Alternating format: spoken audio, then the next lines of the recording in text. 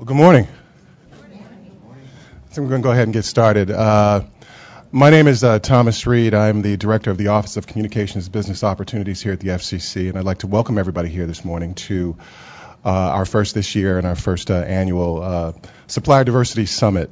We're excited about today's discussion. It is a logical complement to a program that we run here, which is through our office, the Access to Capital program.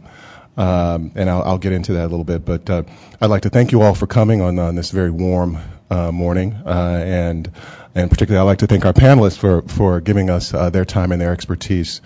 I wanted to say just initially that Section 257 of the Telecommunications Act really authorizes and actually directs the FCC through our office to report to Congress every 3 years on the agency's efforts to both identify and eliminate barriers to entry for small and diverse businesses in the media and telecommunications space.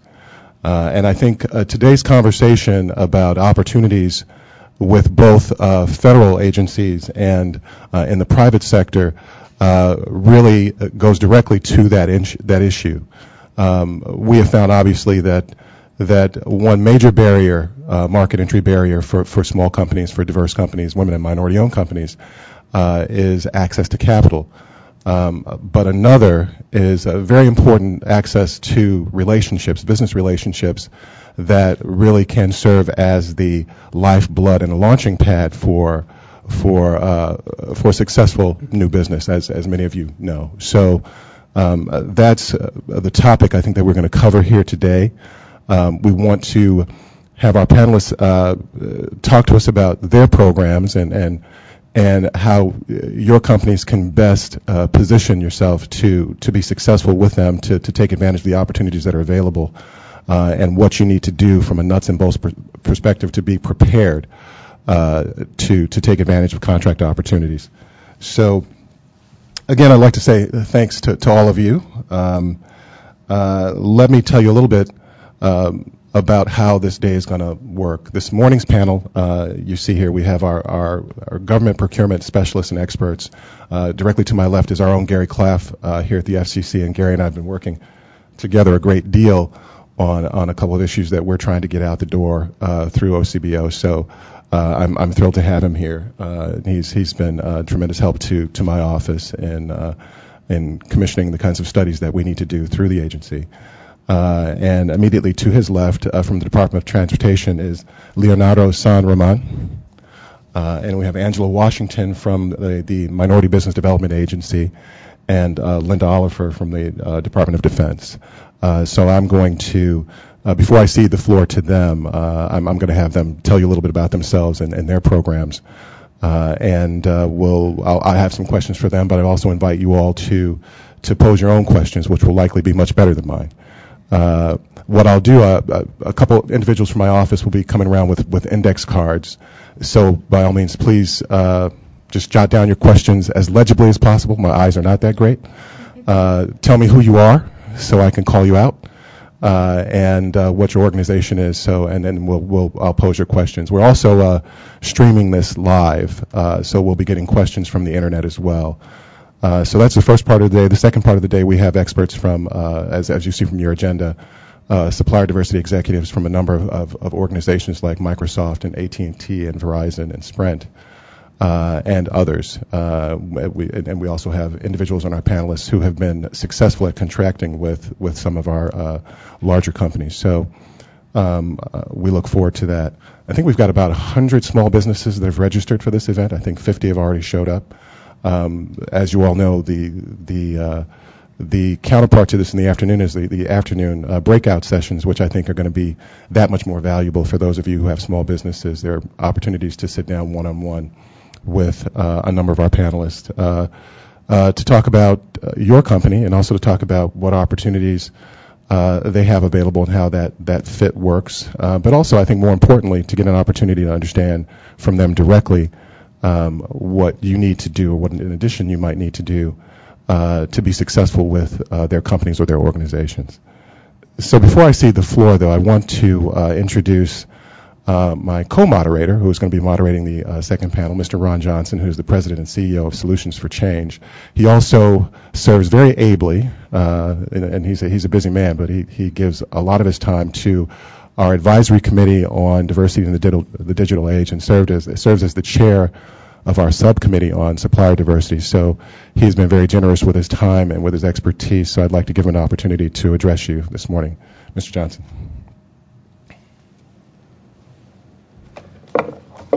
Thank you very much, Tom, and good morning again to everyone and to our distinguished panelists who have joined with us today to discuss these very important issues. First of all, I would like to thank the FCC for continuing the Committee on Diversity in the Digital Age and for, again, appointing a group of outstanding young men and women, all of whom have many varied experiences and unique knowledges about the important work of this committee. Of course, our committee is led by the Honorable Henry Rivera, a former FCC commissioner, a respected legal telecom lawyer in his own right, and so we are so happy to have Henry as our chairman again for the next 3 years. The Diversity Committee is particularly pleased that Chairman Janikowski established this year, and this is the first working group within the Diversity Committee set up for the purpose to examine how improved sector procurement practices might promote greater supplier diversity in the telecom industry. And for us, these are very exciting and exhilarating times for diversity in our industry, and particularly here at the FCC. The appointment of this working group could not have been created at a more appropriate time than right now, because today we are seeing an unprecedented global explosion of new technologies and innovative applications that require the best talent from all sectors of our society. There's a great need for inclusivity, and that's what the FCC is working toward, and that is what this committee is also working toward. The good news is that our industry has an insatiable appetite for innovative entrepreneurs like you, with vision and commitment to providing the best in class in goods and services, not only in the U.S., but around the world. As you can imagine, our working group has a difficult and formidable task ahead of it to discern what works best and why, how to improve upon existing best practices to ensure greater diversity in procurement will require cooperation and support from our industry partners. And I believe we will have it, not reluctantly, but with great alacrity and with a firm and positive corporate commitment at all organizational levels. Today you will see some concrete evidence of that commitment as you participate in these panels and meet representatives from these organizations. Our large corporate partners will be interacting with all of you through panel discussions and private one-on-one chats.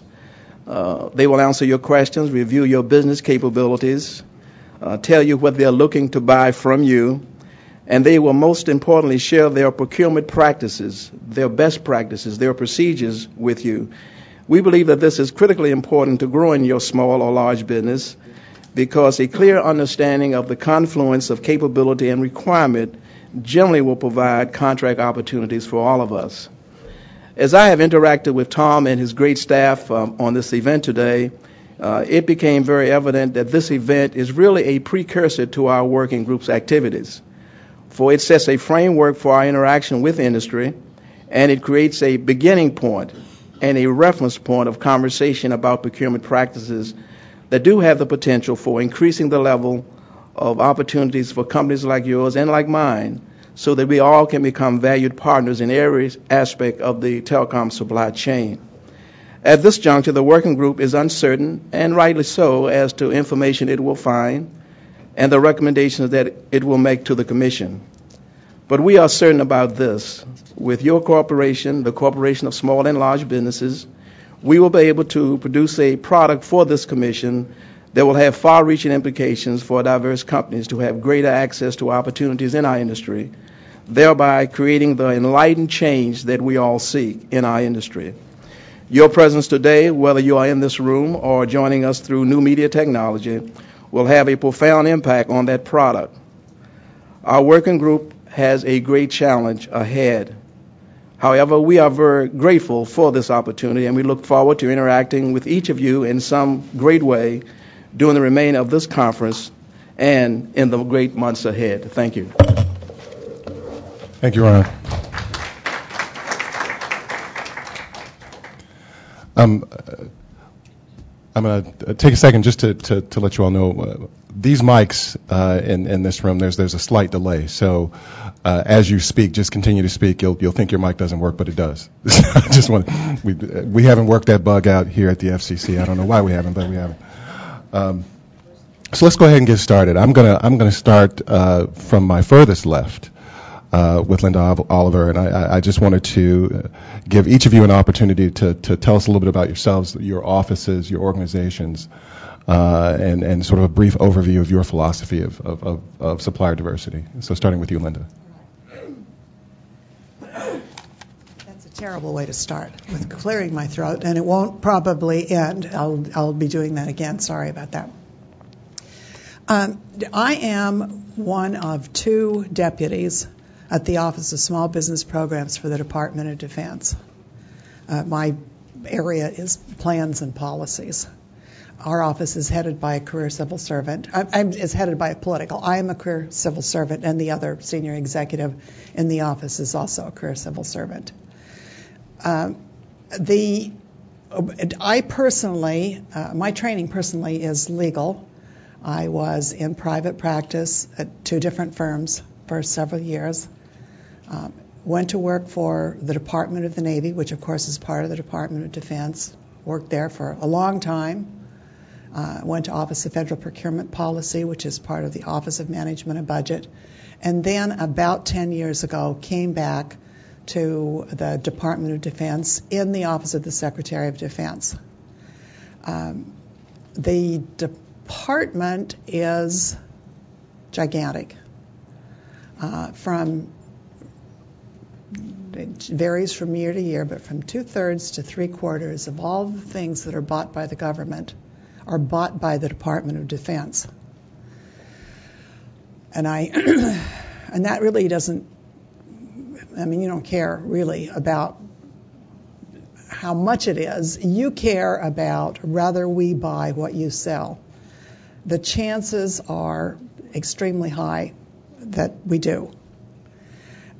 The trick with the Department of Defense, because it's so big, is to do the detective work to find out, to narrow down to which pieces of the Department of Defense buy whatever it is you sell. I'm sure we'll talk about this more as the panel goes on. I'm not going to take up any more time. Thomas assured me that you would have questions, and I think these events are much more interesting for me if you do have questions, so I'll leave it at that, and I guess go on to Angela. Yes, Angela. My old friend Angela. Thank you, Linda. Well, good morning, everyone. Thank you for having me here today. I bring you greetings on behalf of the U.S. Department of Commerce, our National Director, David Henson, and Deputy Director, Alejandra Castillo. Again, I'm Angela Washington. I represent the Office of Business Development. I'm a Senior National Business Development Specialist there. My primary role is to help small, medium, and large-sized firms to more easily integrate into some of the federal acquisition programs. My position is a little different from my colleagues Linda and Leo, where their offices typically have a goal that they have to make every year in terms of helping small businesses get access to federal government contracts. Well, my role is I help them and I help you. I help them by helping you to get access to them, integrate into their programs, and on the flip side, they're able to make their goals by utilizing highly capable small and minority firms. So I take a lot of pride in doing that. I take a lot of time to analyze businesses, your position, your ability to work with the government. I really will leave it with these 3 C's. I know there's typically 4, but my 3 C's are coach, connect, and close. So my role primarily is to coach you through working with the federal government, connect you with my colleagues, and absolutely to help you close on any transactions that you find that you are appropriate fit for. Typically, I am also responsible for our annual business matchmaking that happens at Midweek. Excuse me for my plug, September 25th, midweek.gov.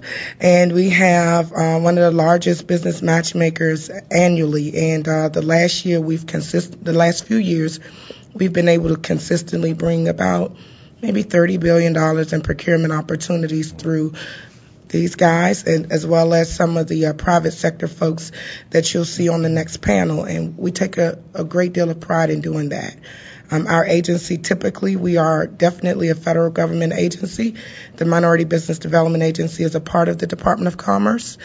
And we are definitely federally funded. We have a budget of about $30 million. But we have an incredible return on investment. We facilitate roughly $4 billion in procurement and finance transactions and create roughly 5,000 jobs annually. So we're extremely proud of that, and we look forward to being able to assist you in any way and answer any questions that you may have.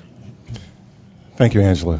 We get a little bit of a security complex when she talks about her midweek, which is very huge. That's one of the most important announcements you'll get today, so I hope you all will be able to attend that as well. I think the other third of government procurement is here in Department of Transportation. 2/3. Is it just 2/3, Linda? So DOT, Leo, please. Yeah. Thank you. Good morning, everybody. My name is Leonardo San Roman, and I'm with the Department of Transportation Office of Small and Disadvantaged Business Utilization, aka OSDBU. My agency, compared with Department of Defense, is not 1/3. It's probably 1% of what they buy. But definitely, we have our minds, and our mission is to ensure that in our office is to ensure that small businesses get a fair shot to participate in procurement opportunities within DOT. A little bit about myself. It's very boring. I've been with DOT for the last 5 years. Working in the Office of Small Business Programs. Prior to that, I was with the Navy Inspector General, one of the bad guys in the Navy side. Prior to that, I was at the state level. I had different positions in finance and accounting. I have a bachelor's degree in physics and chemistry. Unfortunately, doesn't pay much, so I had to change to the business side. But since I came on board to DOT, it was my goal to work with small businesses to ensure that they get a fair opportunity to participate, not only with DOT, because sometimes when we meet with small businesses, we don't buy what you sell, so we help you to connect with probably Department of Defense or other agencies, or with MBDA that we have a very close relationship. And in fact, this is going to be my pitch now. We're going to have a small business day on July 25th, so after this meeting, if you want more information about that event, I can give you a business card. We're going to send the registration link very soon to our listserv, so if you want to attend that event, feel free to talk to me after this session. And sessions like this, like the one you put together today, and the Small Business Days, are great opportunities for you to network, talk to procurement officers, small business specialists, and because, for example, when you have a good relationship like you guys have here in the Office of Small Business Programs and the procurement community, that helps a lot to the small businesses. So, and I commend you for that, what you've done with the small business community. That's about it from my end. Thank you. Thank you. Hi, my Gary. name is Gary Claff. I work here at the Federal Communications Commission. I'm a senior contracting officer. So for those of you, sorry, is that me? Can you hear me? All right. Oops. So obviously my role and our office's role is to basically set up procurements for our internal customers, and when they have a requirement, they'll come to us and we'll have a discussion about what we need to do to implement their requirement. As a contracting officer, we're very conscious of small businesses, and we're always looking to interact with them. And, we don't necessarily know who's out there to fulfill our needs, and we're always looking for that information. I prefer to answer your questions, as Linda had mentioned. I'm sure you'll have many. So, closer, better? Okay. Sorry. So I pass it back to Tom. All right. Thank you all. I think I'll just start it out with a very, very general question, and this is for anybody who wants to jump in. We talk a lot about, when projects are shovel ready. And so the initial piece of advice I'd like you to share, just based on your experience, is when you see small business owners sort of come into your door looking to sort of qualify for a particular procurement, what is your advice to those small businesses in terms of what they need to do? What certifications do they need to have in place? What are all the things that they need to have done to make sure that they're ready to sign on a contract? I'm sure you've seen many situations where folks come into your offices and there's several steps behind. So my first question is essentially that. What do our small businesses need to do to make sure that they're ready to contract with your agencies? Linda, we'll start with you. All right. The list anybody will give you about what you need to do will be the same in virtually any place you go in the federal government, and it's going to say things like you need to be registered in CCR. You need to, let's see, what are the other ones?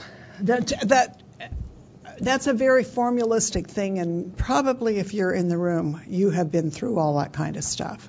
The more important thing to do when you come to the buyer is to understand their requirements. It's that pre-investigation work that you do that makes a big difference. In the Department of Defense, for example, every place there was the authority to buy, a buying command, there is a requirement that we have a small business specialist, a small business professional there. Sometimes they're just part-time, but the requirement is that they be there. The small business specialist can help you through the immediate procurement, and the small business specialist will know a lot about whatever that person's organization buys. They won't know necessarily about the organization down the road, what they buy. It's really important, although the small business professional is on your side, it's important before you go talk to one that you understand what that part of the Department of Defense does. And the reason it matters is every single time a small business professional goes to a contracting officer or a requirements person and says, this should be set aside. There are 2 or more small businesses that can perform this requirement. Or this should be set aside in the 8A program. We know of a small business that can exactly do what you want. Every time a small business person does that, they put their reputation on the line. They really want you to succeed, because if you succeed, they succeed. And as a result, the small business professional is going to give you a lot better,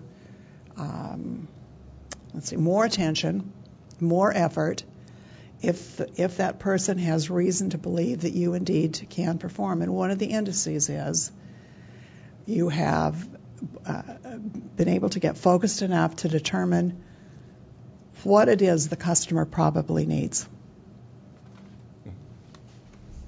Angela?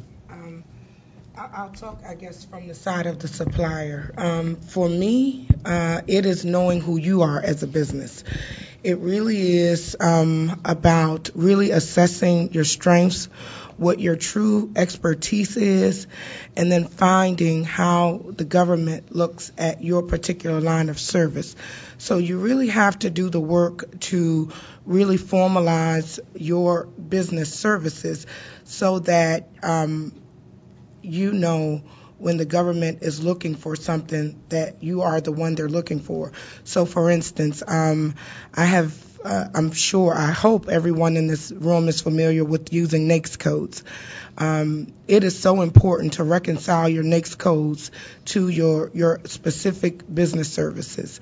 It is important that you contain your NAICS codes in a way that you're not spreading yourself too far and you cause the contracting officer to lose sort of confidence in who you are exactly. So, for instance, if you specifically provide telecommunication services, you want to make sure that you have identified the appropriate NAICS and the appropriate sub-NAICS to associate you with telecom services. Because if you begin to put yourself all over the place, there's no way a contractor can know what your true expertise is. So it is so important to try to hone on what your expertise is and package yourself as such so that when the contracting officer is looking for an information technology firm, they know that they haven't gotten a staffing firm. They haven't gotten some other line of business.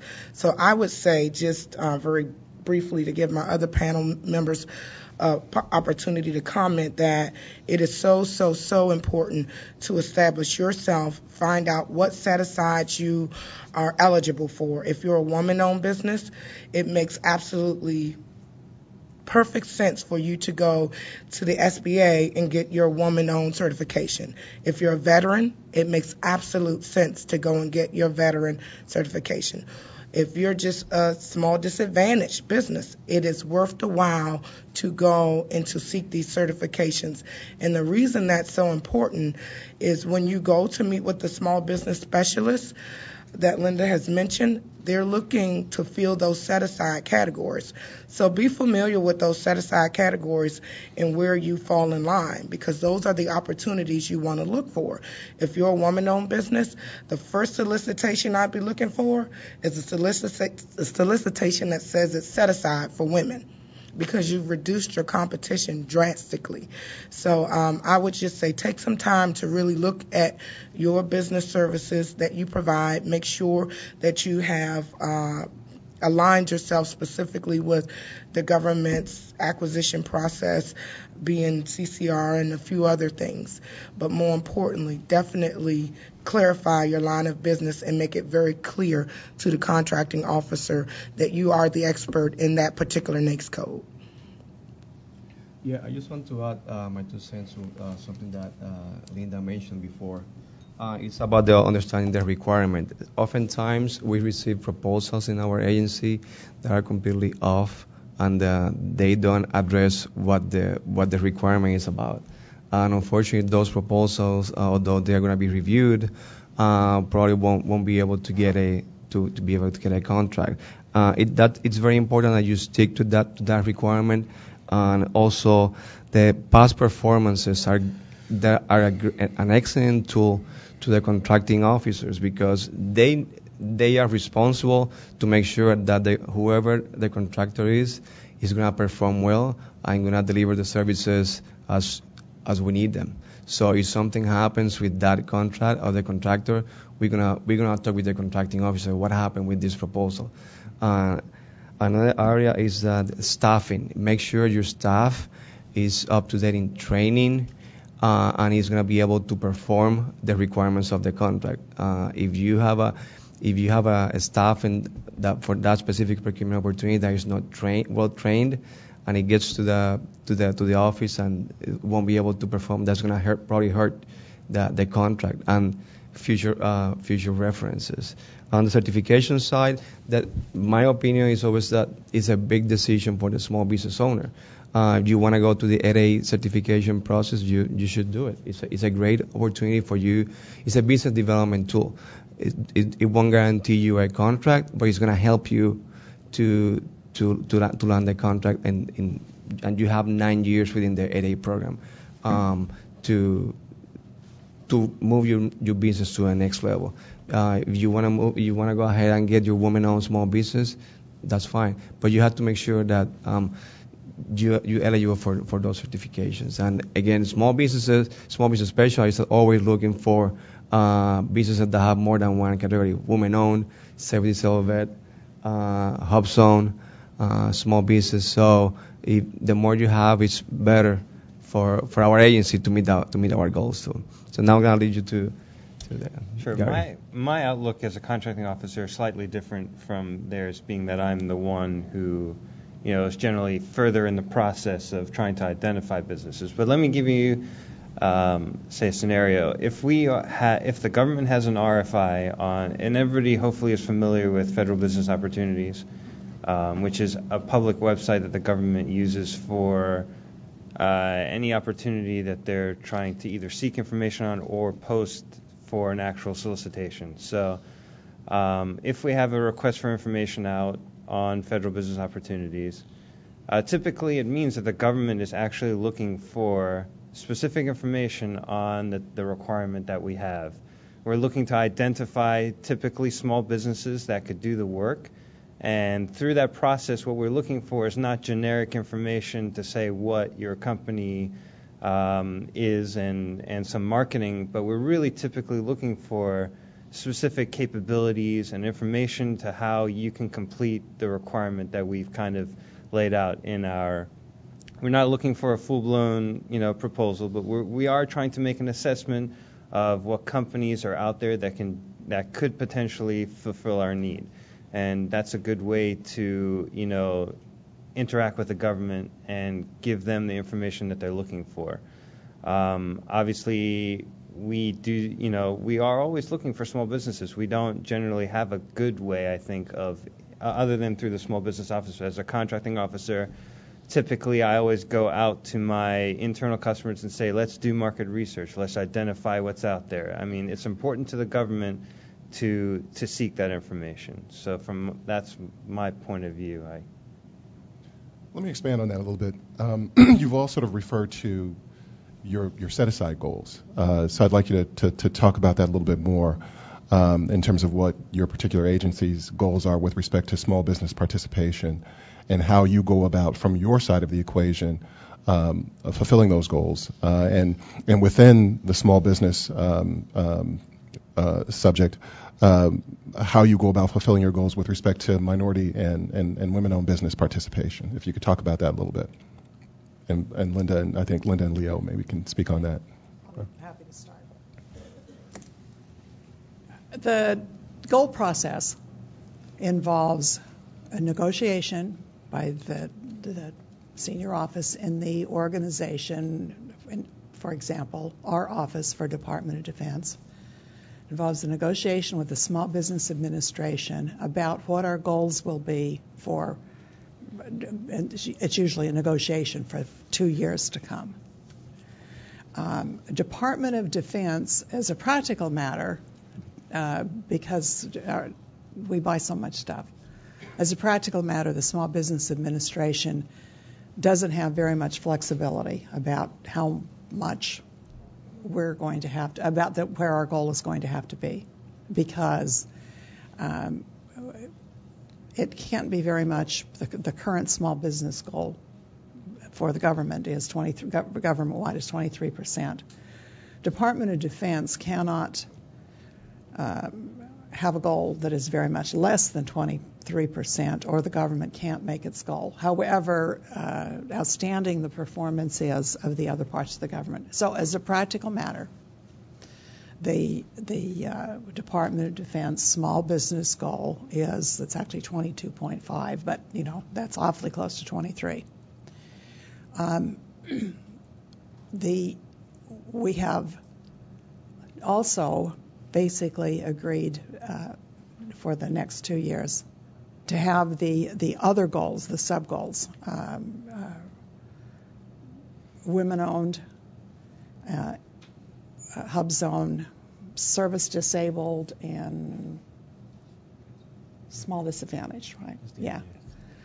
we have agreed that those would be the statutory goals, which are 3, 3, and 5, and 5. In the Department of Defense, we then negotiate with the components of the Department of Defense for their goals. And we have more flexibility in a way. As we negotiate goals for the components of the Department of Defense, we try to take into account the mix, what it is these components buy. And because the Department of Defense is the size it is, there are subcomponents. So, for example, the Director for Small Business Programs for the Department of the Navy negotiates goals with the pieces of the Department of the Navy. It's a goal with Naval Air Systems Command and a goal with all the various pieces of the Department of Navy. In other words, it's goals, the goal requirement and the negotiation sort of flows down.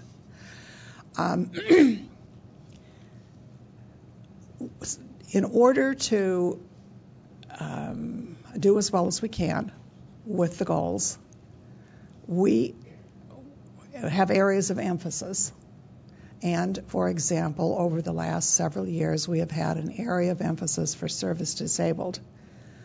Now, there are lots of reasons for that, but one obvious reason is, as a general rule, if there is a service-connected disability, the service member got that while he was part of the Department of Defense. So we have felt particularly emotional about service-disabled veteran-owned small businesses. The only way we know is to keep reminding contracting officers and small business professionals and requirements people that it is important and they should be on special alert for it. We are now, since the new women's rules have come out, we are focusing a lot on women, and women in the two categories, the two special categories that SBA has designated for us. We, for example, try to watch for women-owned firms, women-owned small businesses that make things in the NAICS codes. I mean, we just try and watch, and we try and help contracting officers and everybody else understand that there are categories of women. It's not all women, and because women are underrepresented in the two categories, we've put special emphasis on that.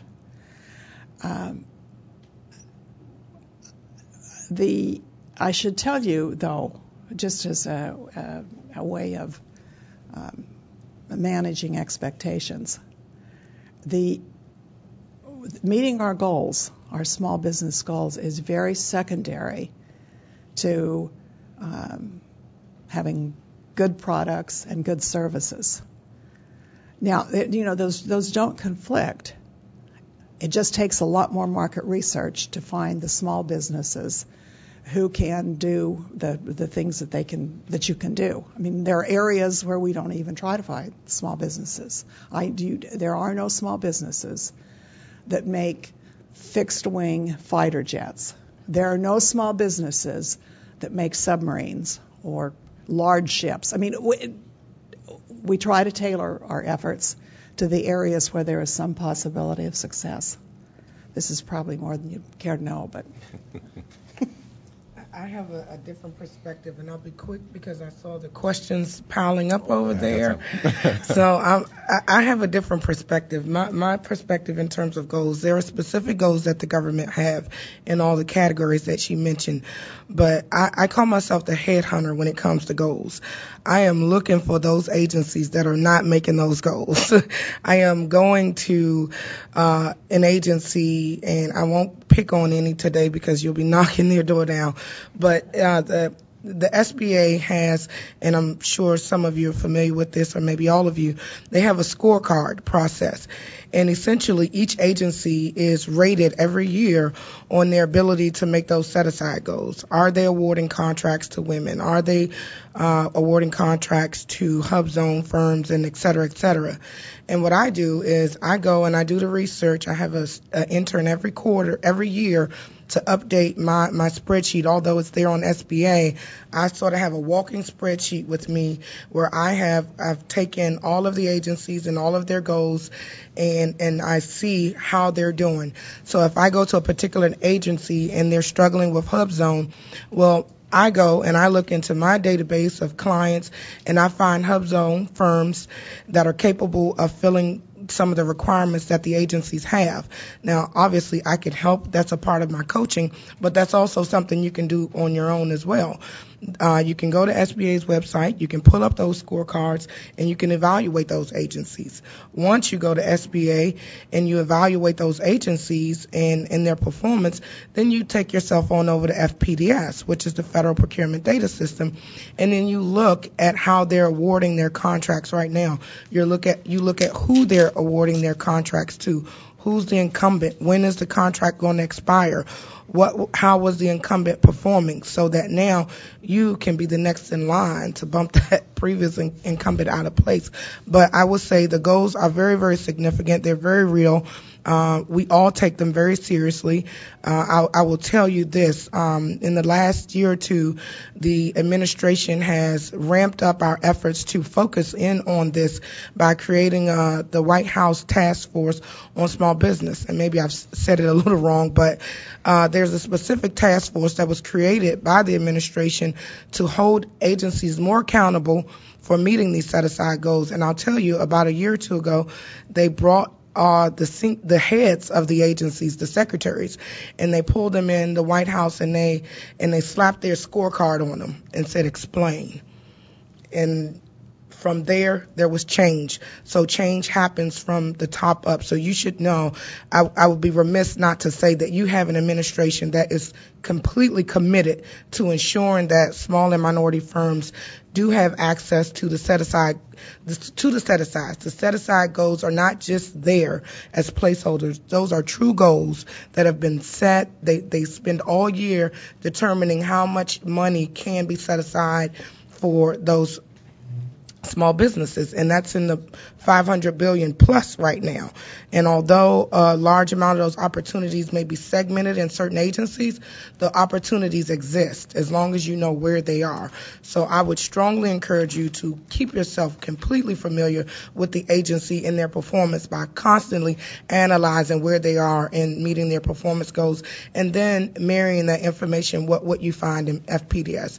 You'll be a data genius at the end of it, but you'll also know how to find opportunities. You'll know how to anticipate when opportunities are coming up, and you'll know which agencies really need your services based on their ability to meet their goals. Now, I will tell you, since the administration has focused on this, a large majority of the agencies are crushing their goals. I mean, they're just blowing them out the water. If the 23% is the set aside, you have some doing 30 and 40%. So there's opportunity, and they're still looking to incorporate new vendors. So I would strongly encourage you to focus on the scorecard, focus on FPDS, and follow the goals. Yeah, going back to what Linda said before about negotiating your goals with the SBA, I don't think they have flexibility with anybody. So when we get to our meetings, we said, this is your goal, and that's it. So yeah, try to convince me. That's what they say. But we always accepted our goal, and we've been lucky. We worked hard. Our goal for last year was 38%, and we did 41% small business participation. That's good. Thank you. But my 41% is 0.23% of what DoD buys in terms of money. However, and how do we get to that 40%? We have a very excellent relationship with the senior procurement executive, like FCC has here with the senior procurement executive and the small business office. We meet on a monthly basis with small business specialists from all the operating administrations within DOT. We have 10 agencies, and we go with their report and say you are short in this area. You have to step up to the plate and you have to make it happen. Timing is everything. Right now, this is the fourth quarter of the fiscal year, and the transportation bill was approved last Friday by the president. So what's going to happen this week? Our program officers and contracting officers are going to be meeting to assess what they need to buy in the next 10 weeks. So they finally got their budget. So now they have to go out and buy what they didn't buy in the year. So one of the areas that we've had a problem in meeting the goal, and this is government-wide, is in the Save the Disabled, Better and Own Small Business. Thank God, since 2009, when the administration came on board, we had 1.79 participation on SDV OSB. This year, we have so far almost the 3%. We never made the 3%, so hopefully we're going to do it. We challenged all the small business specialists and contracting officers to ensure that we have at least 2 procurement opportunities awarded to SDV OSBs in this quarter. So we're working. It doesn't mean that if you're not SDV OSB, we won't be doing business with you. However, that's from our perspective, from DOT, that's the only goal that we haven't met, and we are very close to meet it. So that's why we're working very aggressively to try to reach that 3%. When Linda mentioned before that there are some opportunities that are large, that, for example, a submarine, we don't build submarines, but we have large opportunities also that small business probably won't be able to participate. However, we try to ensure that there are subcontracting opportunities for small businesses to work with that large business and get a participation of that contract too. So that's another way we try to, that's a separate goal that we have as an agency, but we had, even though it's a large opportunity, we try to make sure that at least small businesses can participate as subcontractors too. And Gary, we're killing our small business spending goals, right? I believe yes, we are. I unfortunately don't have the breakdown, but I think our goals are currently 25% for all businesses, and we've surpassed that. So, but as I said, my expertise are different from the small business office in that I have to implement a requirement, and they're searching for businesses. But our goals are still important. As a contracting officer, we're told what our goals are, obviously, and we have no say in that. But we are always encouraging our customers, internal customers, to seek out those types of businesses that we need to fulfill. And we're always conscious of setting aside things for small businesses. And I don't want to take up too much time because I think my area is a little bit different from this. Okay. I'm going to dive into some of these questions, and thank you all for providing them. This one is from Donna Ross Jones. Her company is the Transition Music Corp. I see from the rest of the questions that everybody else was pretty shy in identifying themselves, but that's okay. Donna's question is, music is a key element of all media, from broadcast media to corporate media, including public service announcements to training videos. Our company provides music for all media, and as the only minority women-owned small business music library, we are seeking new markets, and we are looking for direction on how to successfully access opportunities on the creative side of business under the WMBE umbrella, which we find to be open to more traditional services, staffing, supplies, building, contractors, security, and not welcoming to essential creative services. So I think the question is what can Donna do, particularly in the federal arena, to sort of market this sort of non-traditional service?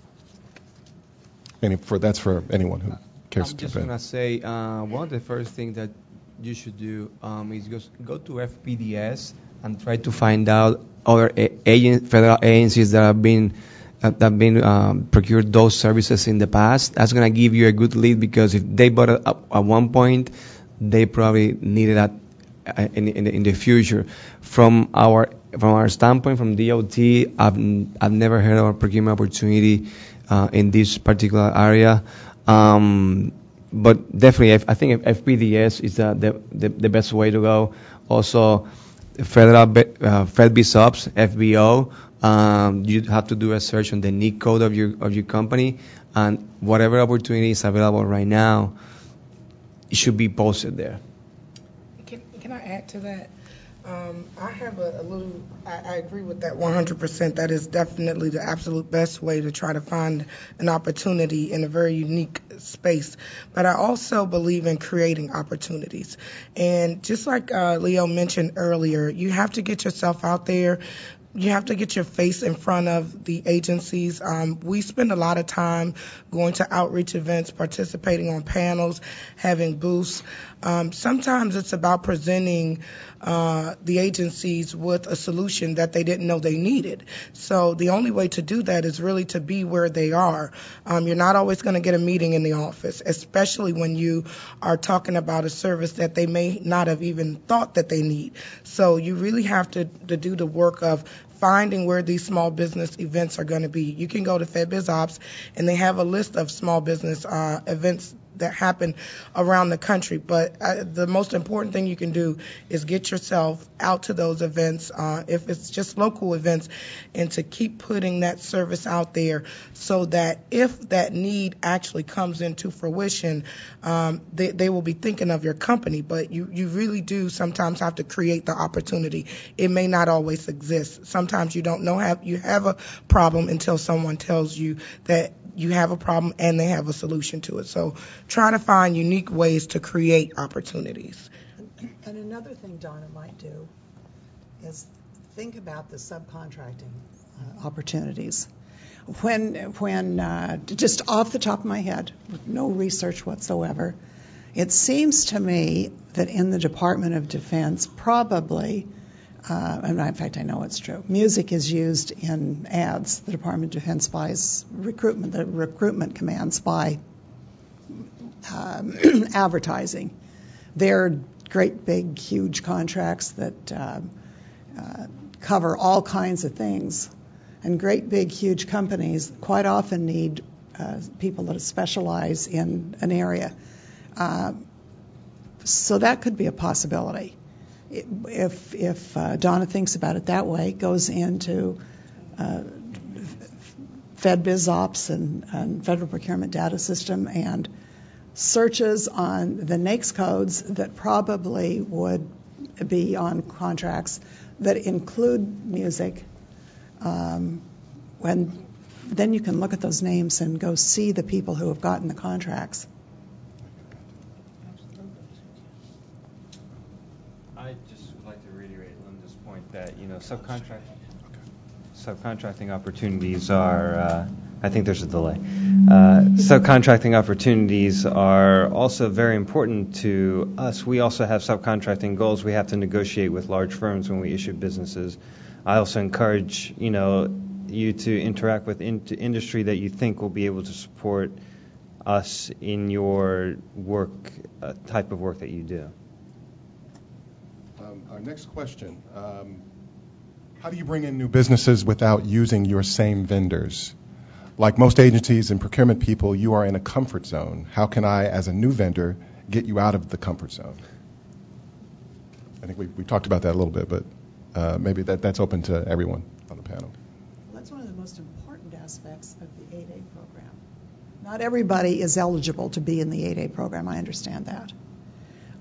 But that is one of the functions of the 8A program, which is once something has been set aside for the 8A program, it generally stays in the 8A program. There's a way to get it out, but generally those things stay in the 8A program. And when the small business graduates from the 8A program or is so successful that in 2 years it's no longer small, generally we keep the requirement in the 8A program, and we'll backfill with a new small business.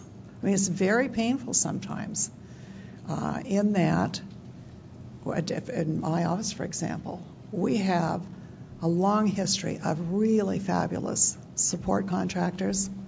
The requirement is in the 8A program. We keep getting these really, really good companies.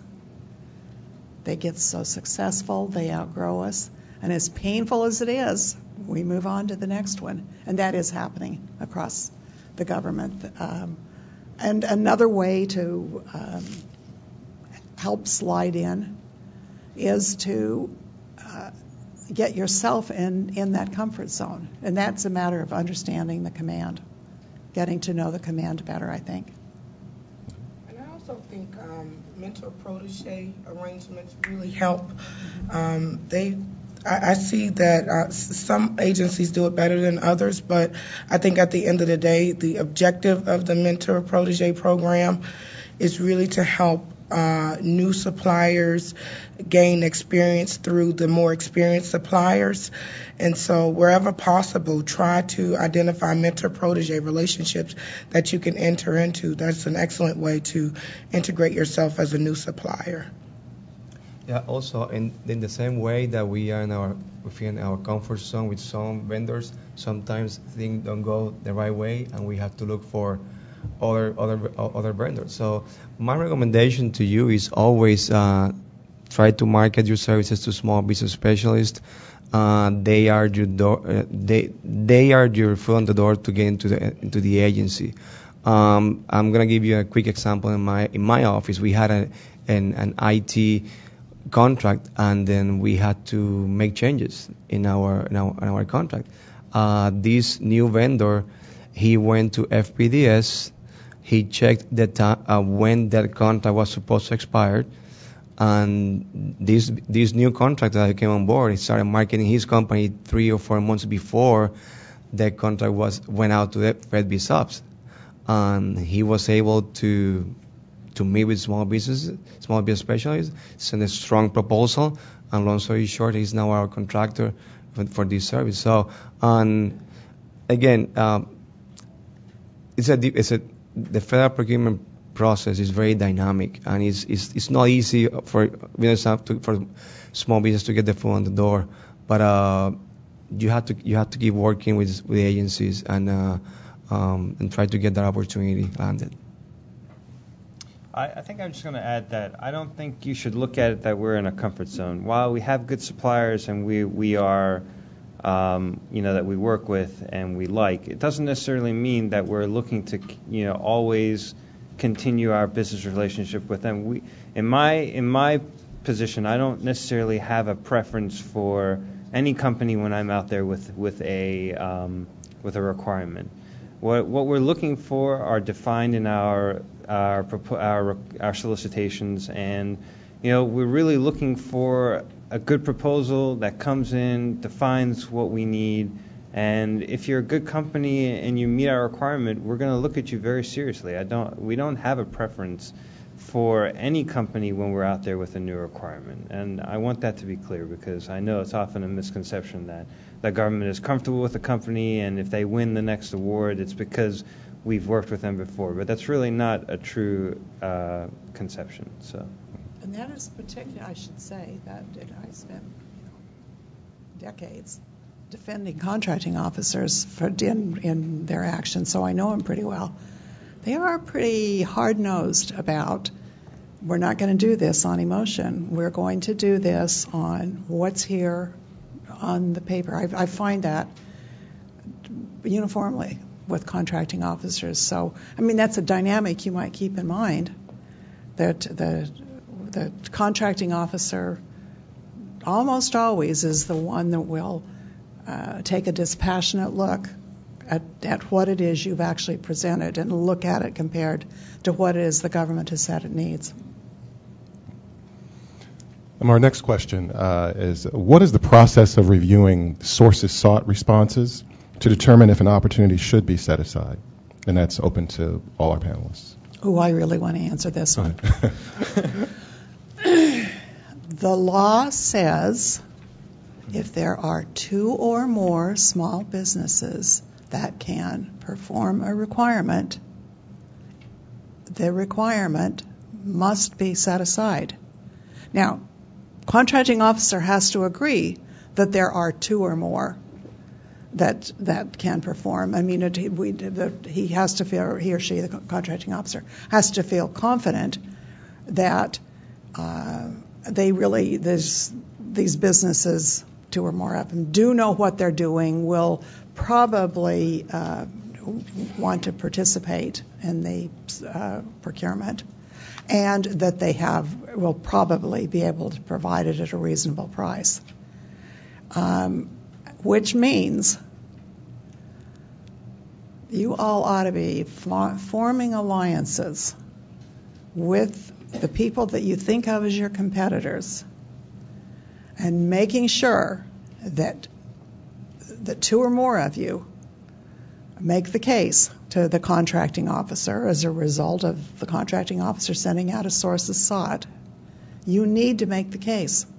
The two or more of you can do it. And if it happens to be set aside for women or service disabled, all those things up your probabilities. And so that's what I think about sources sought.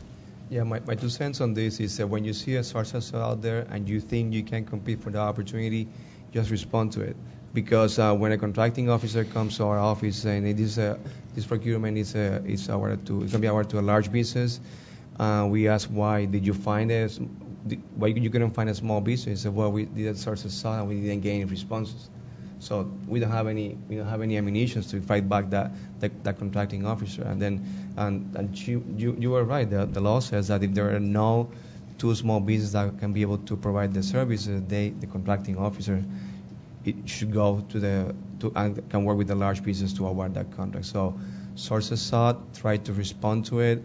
It's going to help us a lot to fight and try to ensure that small business get an opportunity in that. And just to add, in terms of using FedBizOps, if you go on to FedBizOps, you can actually set up an alert for yourself to be notified whenever a sources sought come out in your particular NAICS code. So you can always be a quick responder to those sources sought. You don't have to be constantly searching for them. You can set up the search engine basically to let you know. So that is an extreme advantage in terms of taking heed to these two strategies. And just to add, as the contracting officer, that's exactly what we're looking for. I can't stress that enough, that if I'm out there looking for sources, that's really what we're looking for. We're looking for small businesses. We're looking to see what's out in the market. And I encourage, if it's in your industry and you think you can do it, to supply the government with the right information so they can make a determination on whether your capabilities meet their needs. And that's very important to a contracting officer. Well, that question is near and dear to my heart as well. When we talk about the sources sought issue. From the government's perspective, and sort of putting out the sources sought, is that the only thing that the government has to do or an agency has to do to determine whether or not a small business can perform on that contract? And what's the timing of that exercise? Well, from my point of view, it depends on how large the requirement is and what the agency is looking for. Typically, we can go out for sources sought for 30 days. Could be 15 depending on the type of requirement. But it's not necessarily the only way. But if a government is going out for sources sought, it means that they really don't have any other avenues to pursue in market research. They don't know the market, and that's why they're looking for it. If it's on federal business opportunities, they want the world to know about it because they want that information. So as far as timing, well, it really does depend on the requirement and how quickly we need to get the requirement done as well. So I think you were around that. Nice. Good answer. Thank you. We talked a little bit about small business set-asides. I've got a more specific question here about minority business set-aside, and it's three-part. It's what is your current MBE supplier spend in percentage terms? Second part is, does your current percentage MBE spend meet your agency's goal? Are you aggressive in increasing that goal if it doesn't? And the third part is, do you promote MBE supplier inclusion across all of your business units? If no, why not? Anyone can jump in. That's for everyone. I'll start by saying it's a very sensitive subject, but there is not a specific MBE set aside. You have small disadvantage, which has a lot of overlap with MBEs, but the unfortunate truth is there is not an MBE set aside for legal reasons that go above and beyond my ability to express on behalf of the government. So it's just one of those subjects that's very sensitive. But I will say this. Small business officers, OSDBU directors, contracting officers, they're people. They're human people. So they have the ability to make decisions. They have ability to see. They have the same compassions for small businesses. They have the same compassion for minority businesses that they have for small business. So although there's not a specific requirement legally for them to award a requirement or a solicitation in the direction of a MBE, they still, in my experience, make the same effort to include minority firms at the same pace and level of small businesses. In fact, I think most small business programs look at small and minority interchangeably. So I think there is still a government-wide focus on minority firms. It's just that there's no legal platform to be able to establish a basis for awarding a contract on your minority status, so to speak. Or setting it aside. Or setting it aside. Right. And so.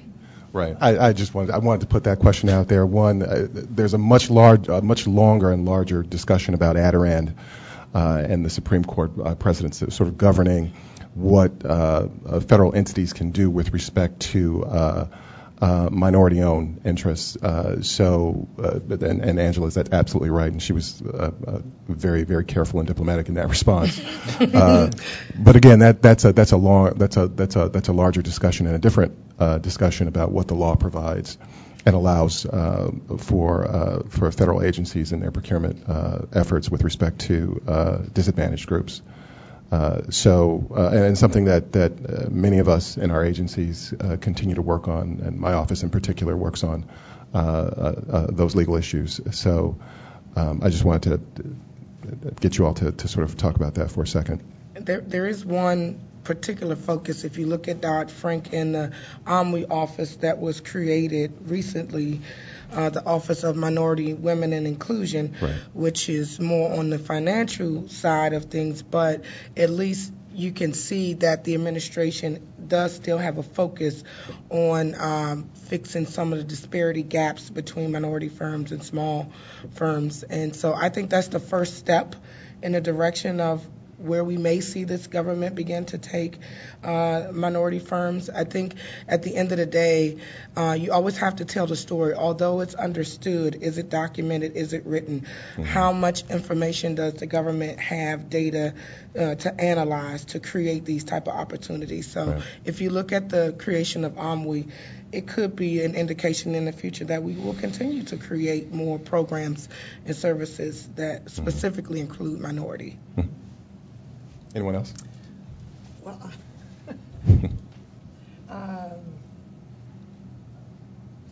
it's such a long discussion. No, actually, I don't think it is. There's more recent case law. Rotha is right, one. I will point out, however, that the 8A program, which is a business development program, the 8A program includes many minorities. That's the reason that the Department of Defense has pretty good numbers for small disadvantage. There's no advantage in being designated a small disadvantaged business, and in fact, the certifications don't even exist unless they're just some that were historically left over. But it's the 8A, if you are a small disadvantaged business, if you are a minority-owned business, look at the 8A program. It's possible you can qualify. That's a very helpful program. I think they answered the question. Next question. This is for all of our panelists, and it's three-part. What type of training are your agencies doing internally to ensure the success and understanding of the Women-Owned Small Business Program? Part two, what innovative ways are your agencies trying to take advantage of or use the Women-Owned Small Business Program?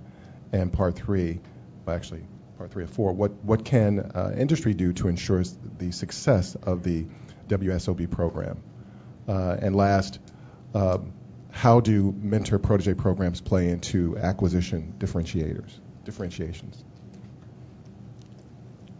Well, in terms of training, the women-owned small business program of our agency doesn't have any formal training program on that. However, we work very closely and very aggressively to meet the women-owned small business goal. And I think it's 5% that we've done 10, 12% in the last couple of years. And we work very aggressively to help those women-owned business owners to participate in our programs.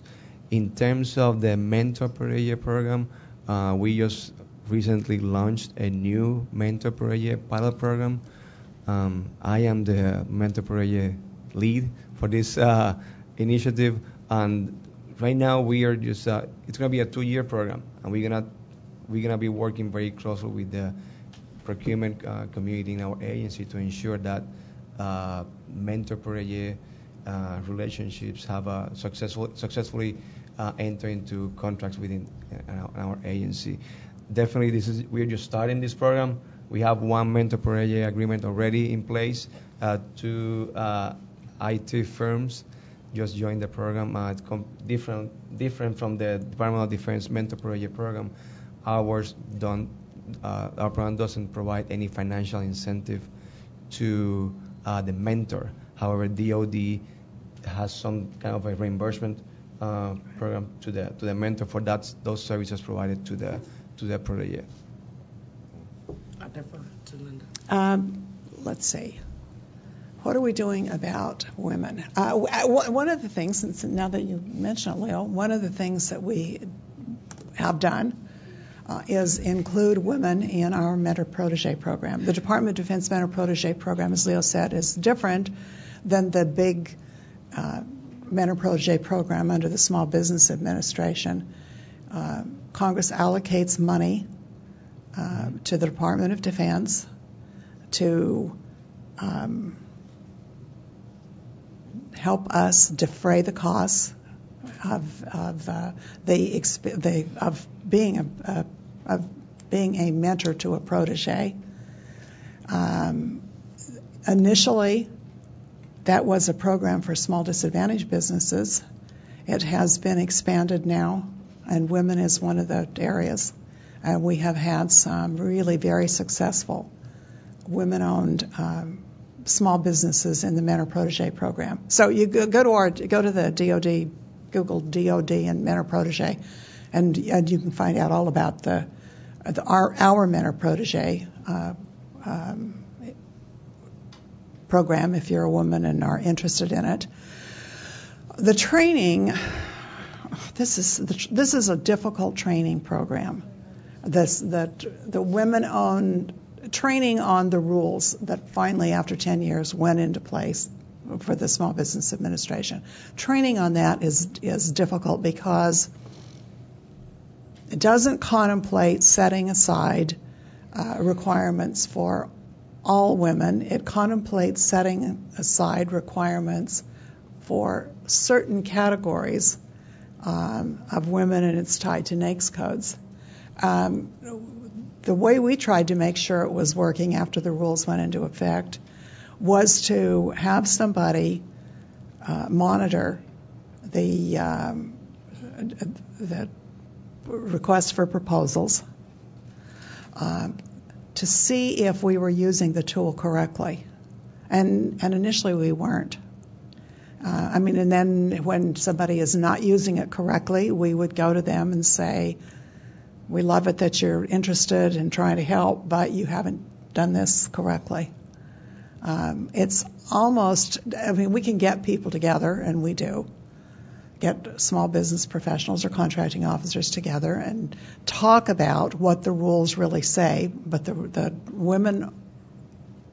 benefits for the women-owned small businesses are different from the benefits from any other category, so we can't say, well, you already understand the service-disabled, veteran-owned small business program. Apply the same principles to women. We can't. It is, whoever asked the question is right in thinking that this is not a rule that's clear to everybody in the federal government who is working on these processes. We just keep pecking away at it to try and help people understand it better. Let's see. What was the other? And I do know that Anna Harvey over at SBA, who is over top of the women's program, she's done a significant amount of outreach throughout the country. She's reached out to many of the federal agencies to educate us so that we can better educate the women businesses and everybody in that particular stakeholder community.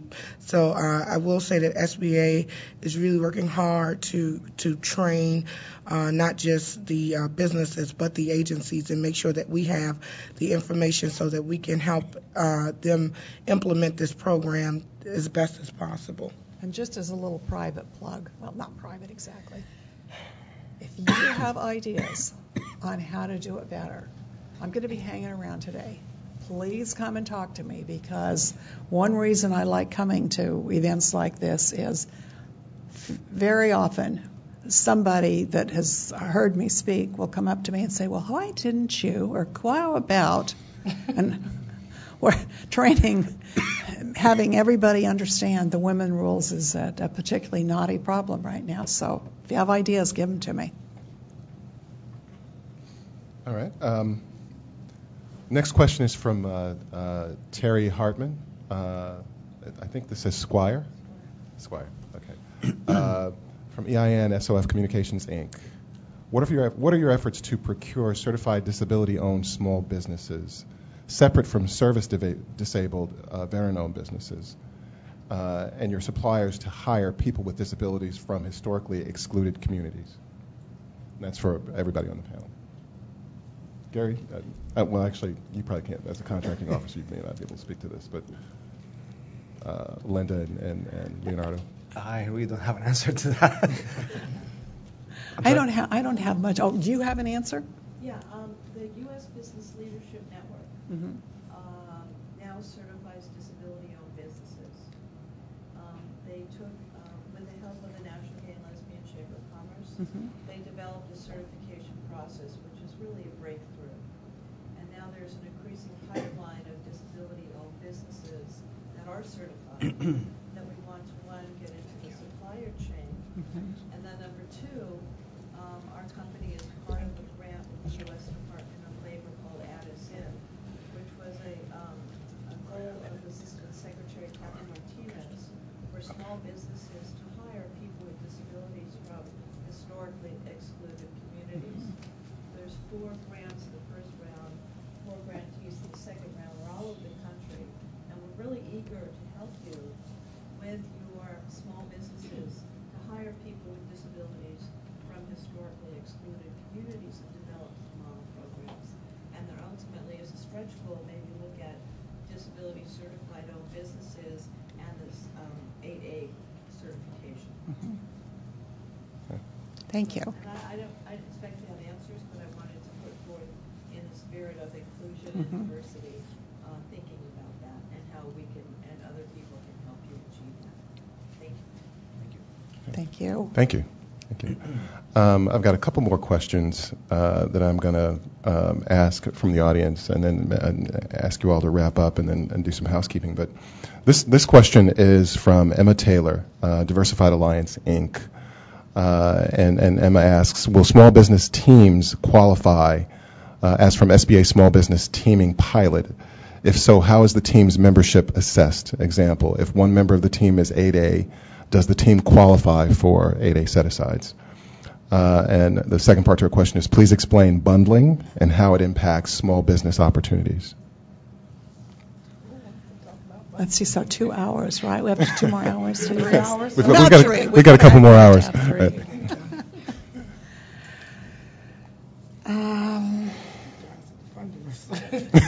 We have some bundlers. Let's see. To answer the teaming question, there is legislation, draft legislation. It's passed the House, and it's in the National Defense Authorization Act. There are a bunch of things in the National Defense Authorization Act, but one of them addresses the limitation on subcontracting. You know, there's a limitation on subcontracting. If you get a contract because you are in a hub zone, you can subcontract, but you cannot subcontract more than half the work. The legislation would make, there are some exceptions to this rule. For example, service disabled. If you subcontract to another service disabled, it doesn't count against you.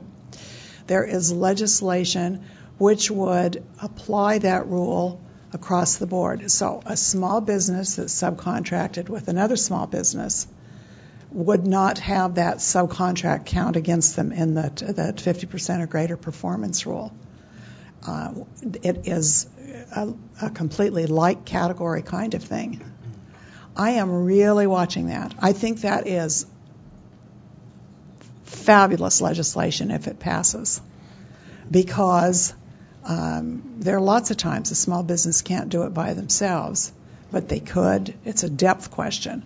They could if they were able to team with a whole bunch of other small businesses.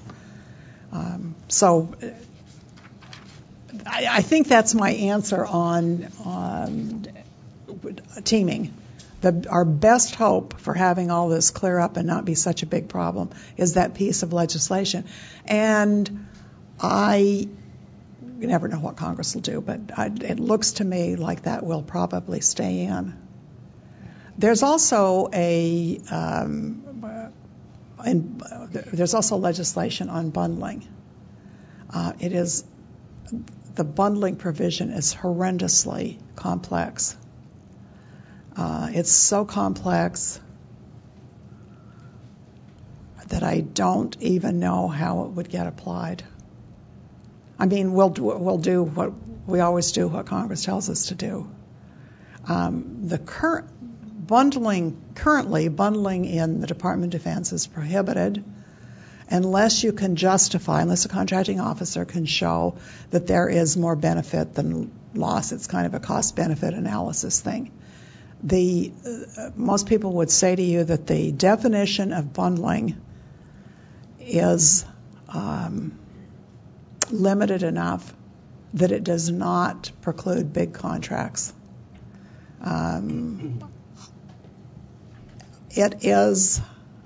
Great big contracts are a big problem for small businesses.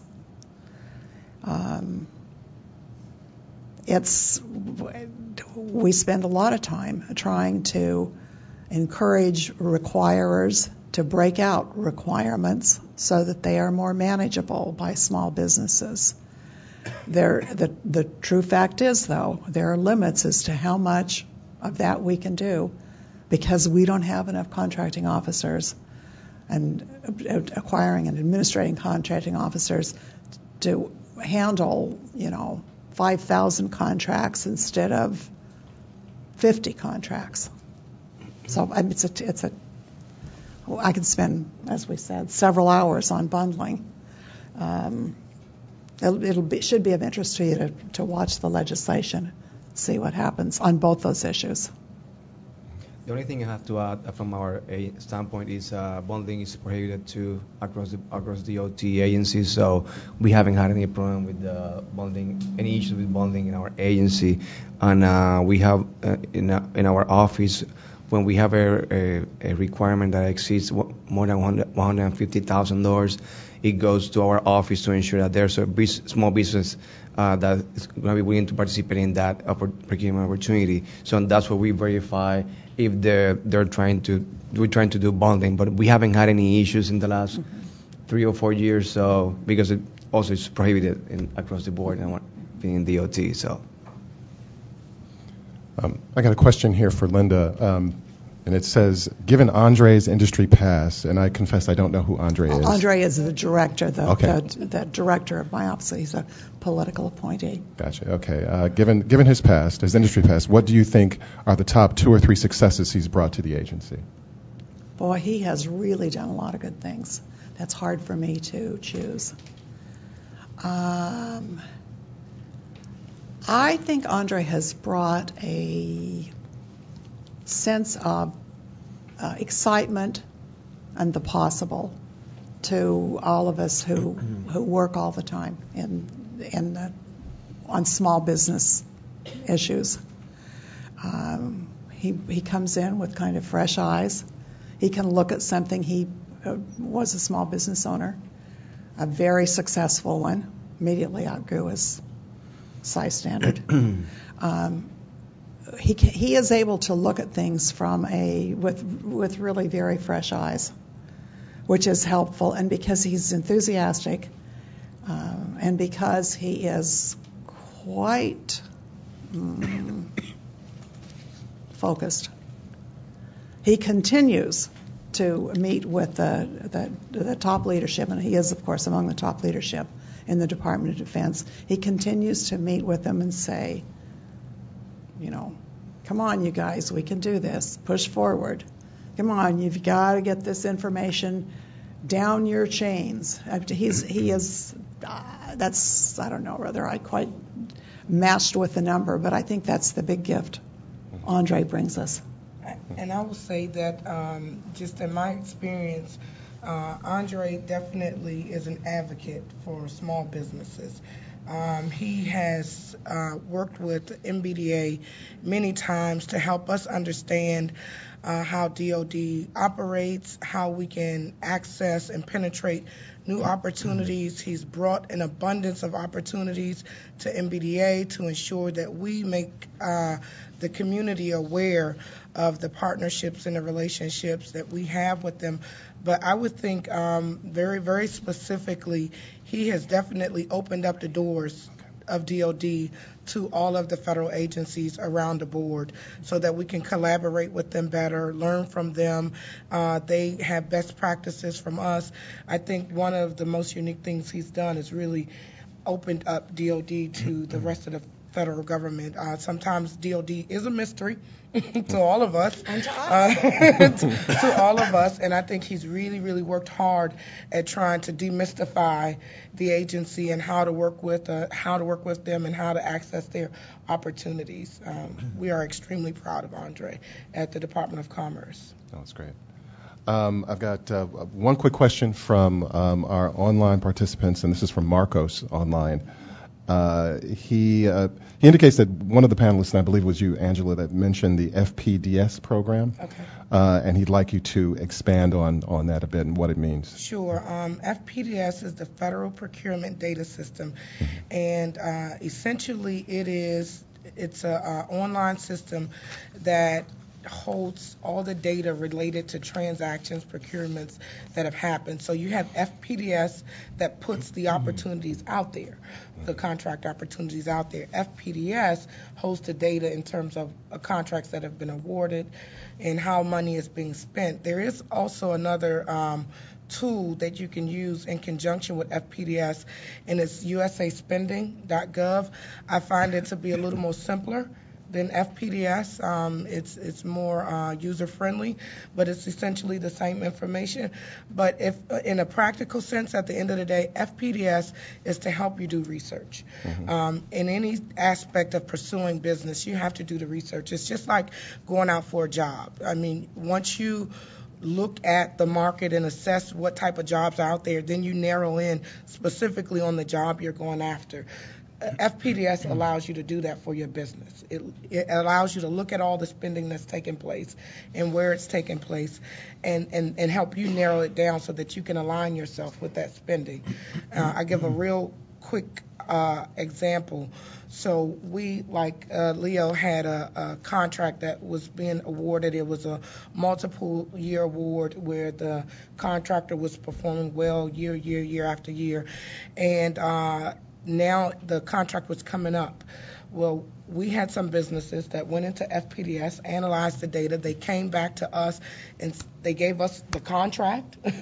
They gave us the contractors, and they were able to really, really use FPDS to do this data analysis and market research. And they presented it to us just to say, we're watching this and we're going to be we're going to be using this data to position ourselves when the next solicitation comes out. So really, you use it as a tool to get ahead of the opportunities. Once an opportunity comes to Fair Biz Ops, someone's all sort of kind of thought of it already. There may be vendors who've participated in vendor outreach days. Well, when it's an FPDS and a contract is awarded, a lot of times people think they're not interested in contracts that have been awarded. But I beg to differ. Those contracts that have been awarded give you the foresight to see what may be coming. So you use FPDS and systems like that to really analyze the spending and where spending opportunities may come. All right. Well, I've really blown through our hour, but I do want to give everybody an opportunity to sort of give some closing comments, and I kind of want to frame it this way. We've talked a lot about sort of what businesses have to do to prepare themselves to be ready, their certifications and the like. It seems that in order to sort of position yourself for an opportunity with a federal agency, you really have to keep abreast of when those opportunities are coming out and making sure that your specific skill sets marry up well with the opportunities. The question I have, and you all can sort of address this kind of in your closing remarks very quickly, is in addition to that, we really haven't talked a lot about marketing to federal agencies in a broader context. We've talked about networking, but if you have some advice to our audience regarding how they can market to your agency and various federal agencies without necessarily thinking about specific opportunities, so that when you're proactively looking for suppliers, their name might be on your lips. So if you could speak to that in your closing comments. Great. We'll start with Gary. Gary, you haven't said anything in a while. Well, just in closing, I want to address from the contracting officer's point of view that, oftentimes small businesses don't often respond to either RFPs or RFQs, which are requests for proposals or requests for quotes. They don't necessarily take the time and go through and look at the instructions and the evaluation criteria that are set forth in the solicitation. From my point of view, that's a very important aspect of our procurement. Not only, obviously, is the statement of work important to the agency, but that's how we're evaluating your business in terms of being able to meet our needs. We set forth the evaluation criteria so that we can go through our process and evaluate your business fairly. And we need that information, and we need the instructions should lay out what's expected of you as well as the evaluation criteria. As far as Tom's response, I think it's always, I think, in your benefit, even if say the FCC is a part of your industry and we do business in your industry, to send some marketing information to either the small business office or the contracting officers and ask them if they can pass it around to their internal customers. And while that may not right away establish anything for you, it will have them evaluate your capabilities and keep them fresh in your mind, as opposed to somebody who has not done that. So I'll probably pass it to Leonard. Thank you. Yeah. Also, besides FPDS, that is a great tool that you should use for your marketing efforts. You should always look for the procurement forecasts that are posted on our website. Federal agencies are required by law to publish a procurement forecast by October 1st on every fiscal year. So that's a snapshot of what we plan to buy in our agencies throughout the year. Of course, things happen and things change, but it's a great tool that you have because that's what we have in mind to buy throughout the year. So in our agency, we have points of contact with program officers, small business specialists, that you can direct your question directly to them. That's a great tool that we always recommend to small businesses to do marketing efforts. Also, don't try to target all the federal agencies because federal government is a monster. DOD by itself is huge.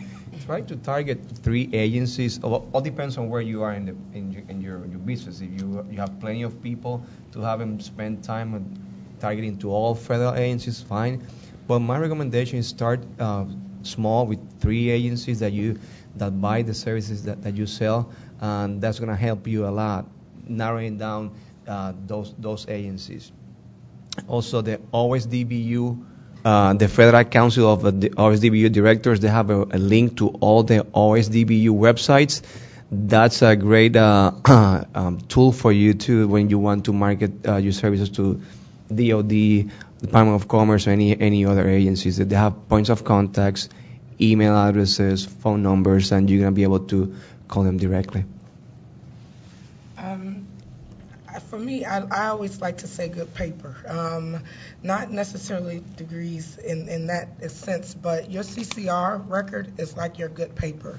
I find that a lot of companies are very shy about making very robust CCR profiles. They're afraid of what their competitors may see about them. But I tell you, and you can correct me if I'm wrong, Gary, but your CCR profile is your first glimpse. If a contracting officer is looking through the CCR profiles to find companies, if you haven't put with your full bonding capacity, if you haven't indicated all your past performance, they're not going to have the time to go out and research your company. So really, I would say making sure that your paper is established in a way that the contracting officer does not have to go scurrying around trying to figure out who you are. If you have a website, make sure the website is clear cut.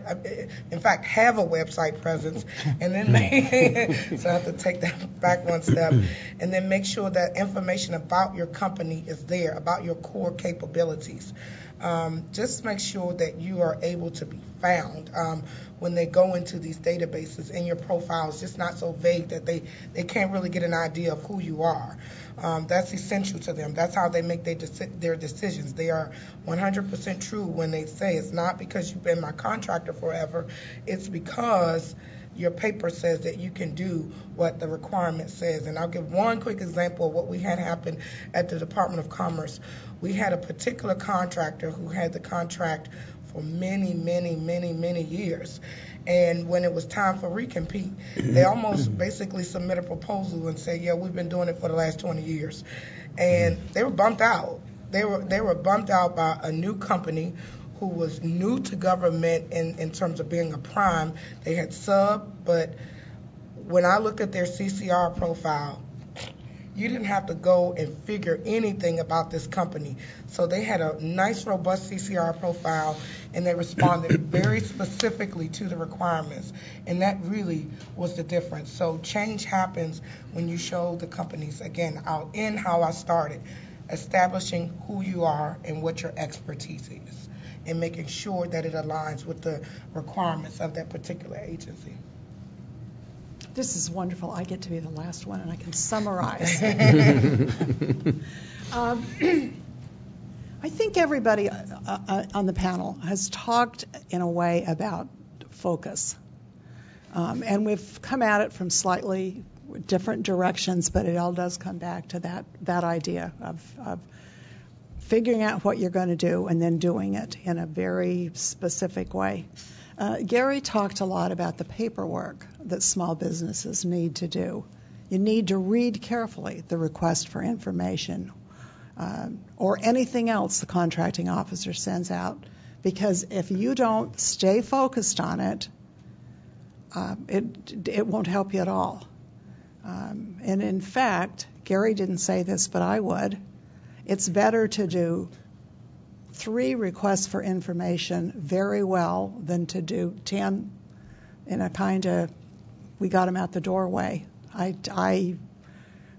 Gary's right about how important it is to stay focused on the task that you're doing and read and do what the contracting officer has asked you to do.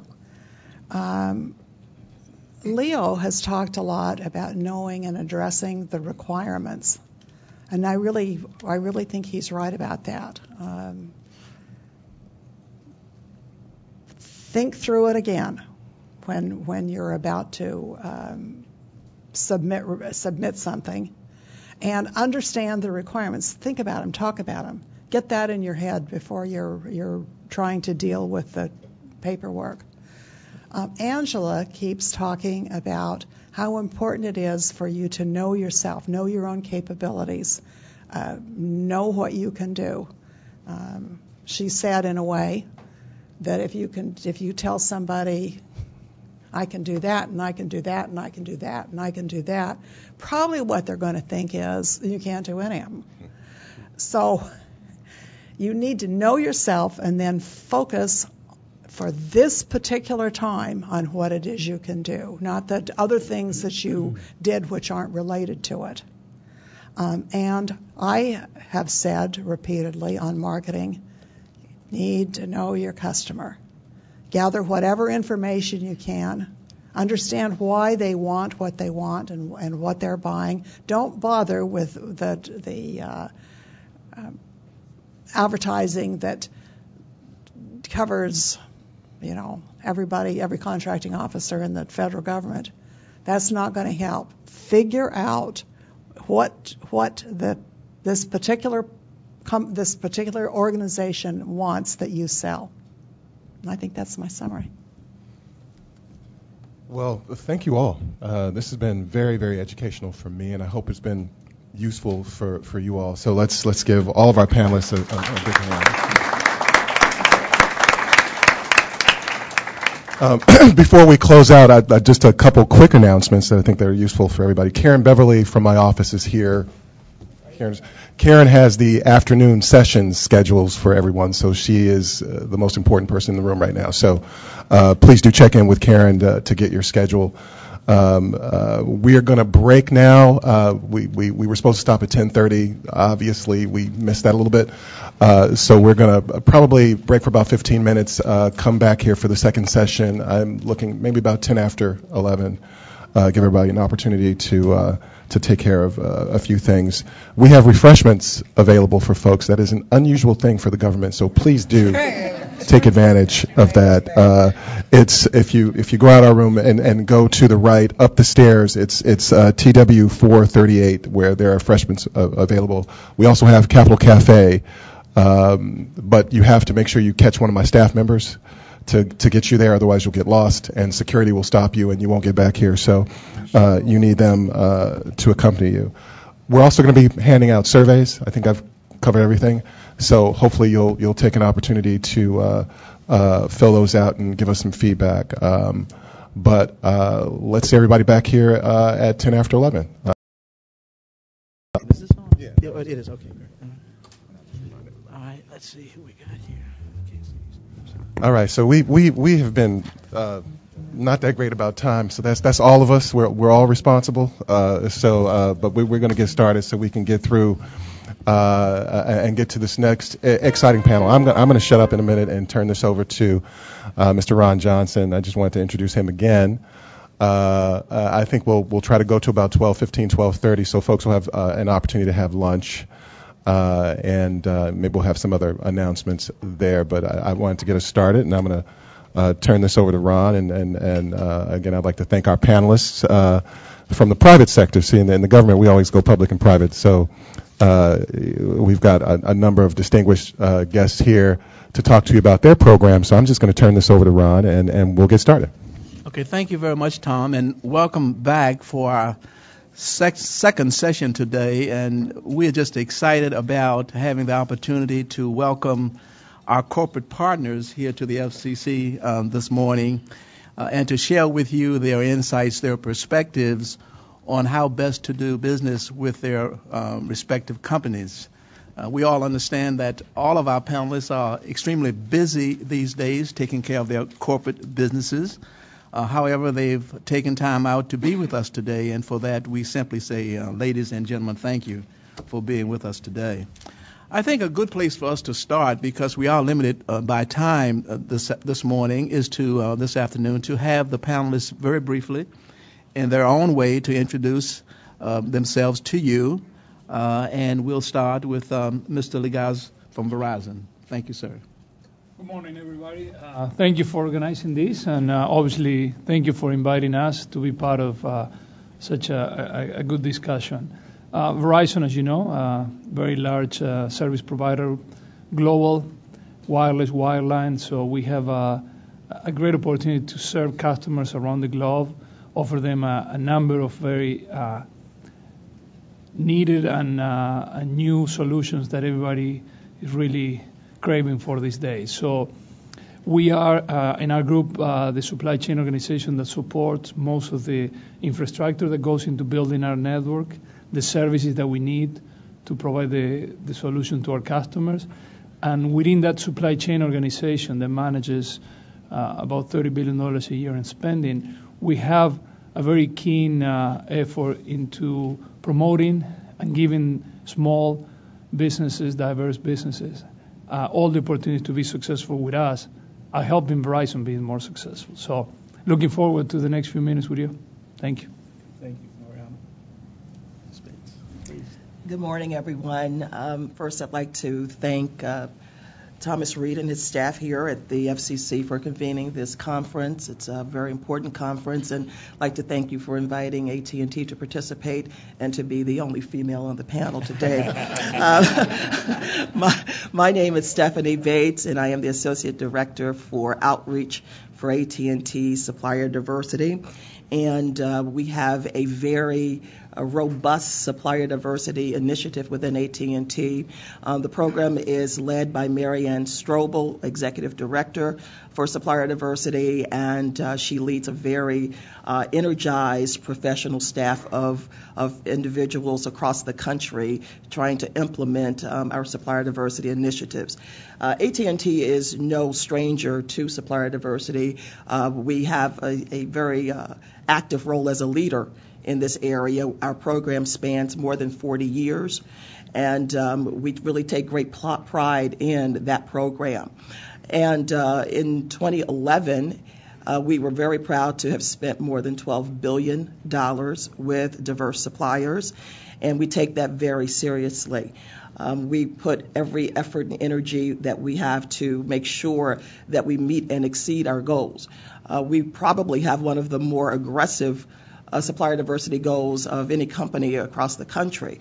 We have a 21.5% goal of spend of all of our purchases to be spent with diverse businesses. We're looking for businesses that can really bring value to AT&T. That value means innovation. We're looking for companies that have fresh ideas. And so we are very keenly focused on making sure we find those certified companies that bring that value to us so that we can then deliver it to our customers. I look forward to speaking with you later on this afternoon and speaking one-on-one with many of you in the room. So thank you. Good morning. My name is Marvin Motley. I'm the Director of Strategic Sourcing at Sprint. My responsibilities are a little broader than just supplier diversity. They have a few other things they ask me to do as well. But what I would tell you in terms of the area of supplier diversity is that Sprint has made significant strides and efforts to make sure that we have a robust program. We have dedicated resources throughout our organization that work directly with our business units to identify the opportunities for those diverse suppliers to participate. We understand that small companies and diverse companies often struggle with finding the entry point, and that's something that we've worked very hard. And one of the things we've done is we've developed a brochure that allows them to have the information so they know how to approach us and how to get to us with the information about their capabilities. And I think that's, if I had one message for all the diverse suppliers out there and all the small businesses, is you need to find the entry point. You need to be able to communicate what your requirements and respond to our requirements and communicate your capabilities, and that's really the key to finding business with us. Thank you.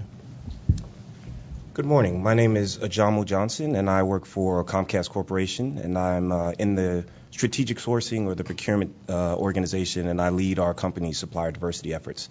So I'd like to say thank you to Ronald, our second panel. We were just talking before it started that we've been on recently, and to Thomas Reed and the rest of the leadership team at the FCC for inviting Comcast to participate this morning. As I mentioned, I'm part of the strategic sourcing team. I actually work for the chief procurement officer for both Comcast and NBC Universal, and his scope spans procurement, supply chain, and a lot of our real estate activities. Comcast has had a rich history of diversity and inclusion going back to our founder, and I'd say a formal supplier diversity program that started in 2003.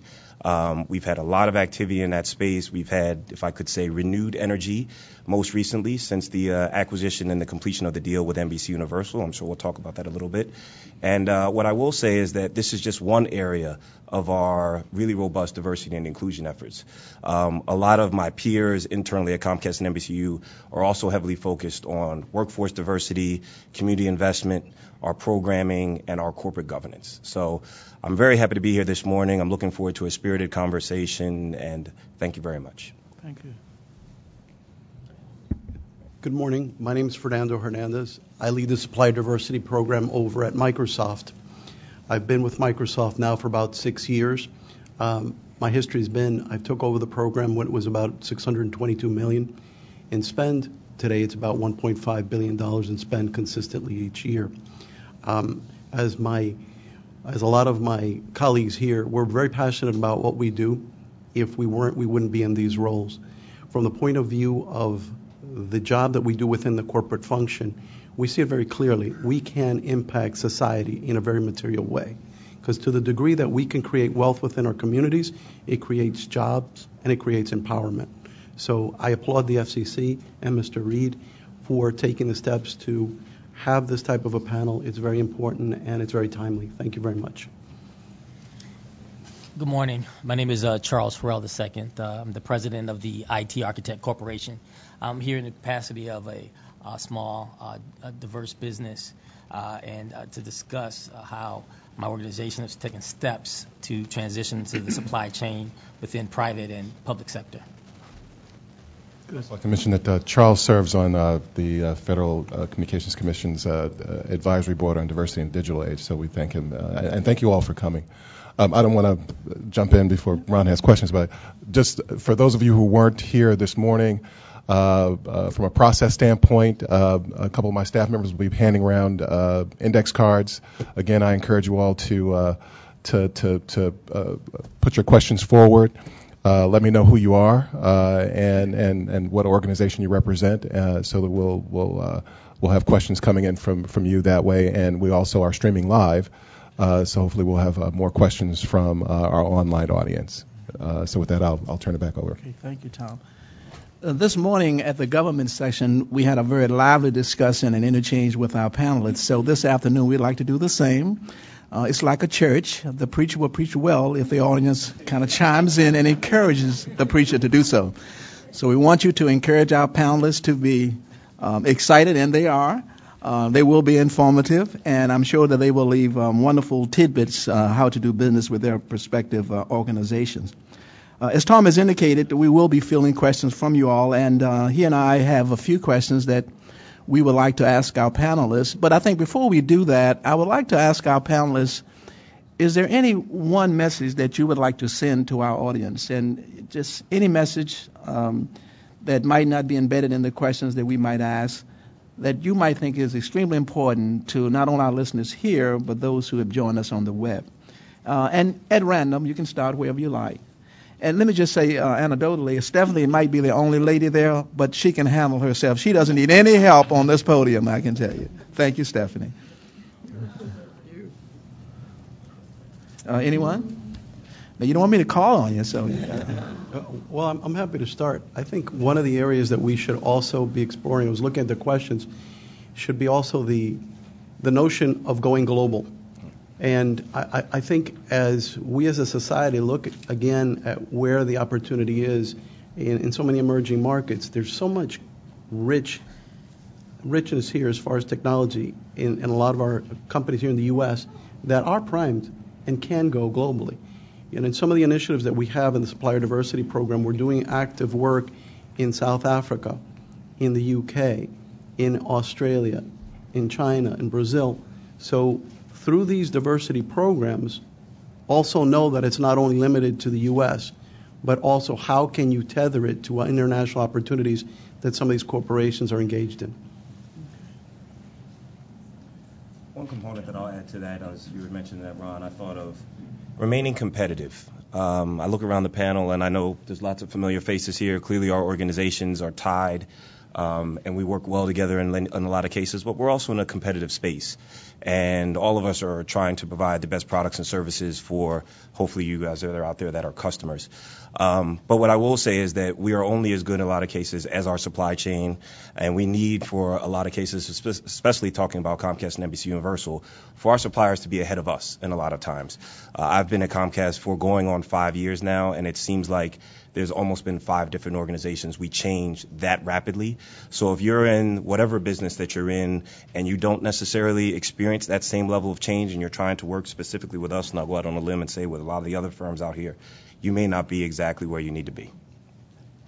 I would echo that and say that the word for the day is innovation.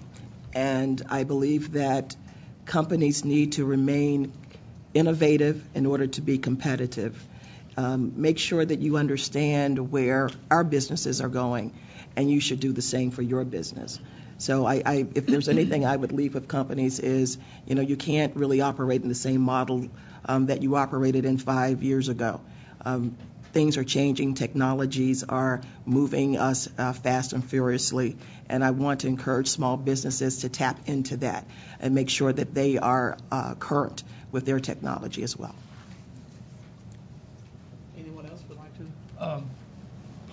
Sure. Mariana? I think simply one of the messages I want to leave all of you, and I'm sure you're well aware of this, but for Verizon, the small businesses, the diverse businesses, are really the suppliers that enable us to be successful. You hear about talking competitive advantage, and we need to tap into the best that the marketplace has to offer. So at the end of the day, what we're really looking for is this diverse supplier base that's going to give us that competitive advantage. It's going to help us be successful, providing the kind of services that our customers need. So it is really about performance. It's really about how good you are in your business. We'll give you all the opportunities in the world, but you need to be the best out there. Okay. Anyone else? Aurel? Excuse me. Yes.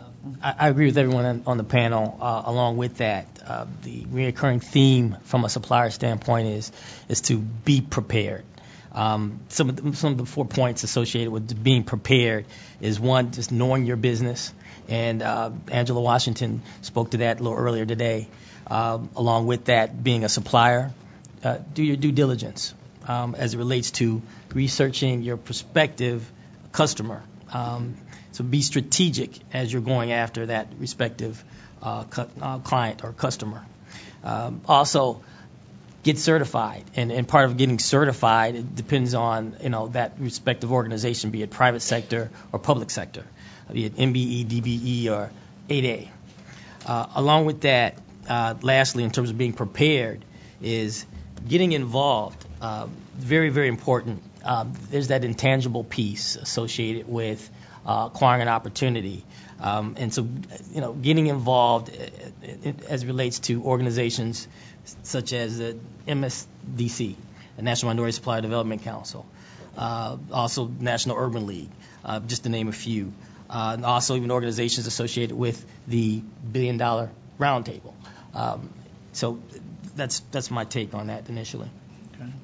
And that is a wonderful segue into a question that Janelle Jonah of R&J Consulting raised, and her question is, please tell us the certifications that are required to do business with your company, and you've already mentioned a few. Are there others that he did not mention that you would like to share with the audience? Anyone? I just encourage them to get certified, because you won't believe the number of diverse suppliers, small businesses that come to us that are not certified, and frankly, it doesn't do us any good. We need companies that we can count toward our requirements to the federal government to satisfy our needs and our reporting. And if you're not certified, it doesn't help your cause in terms of being selected as a vendor for us.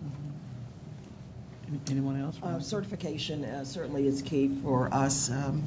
We really only look for companies that are certified.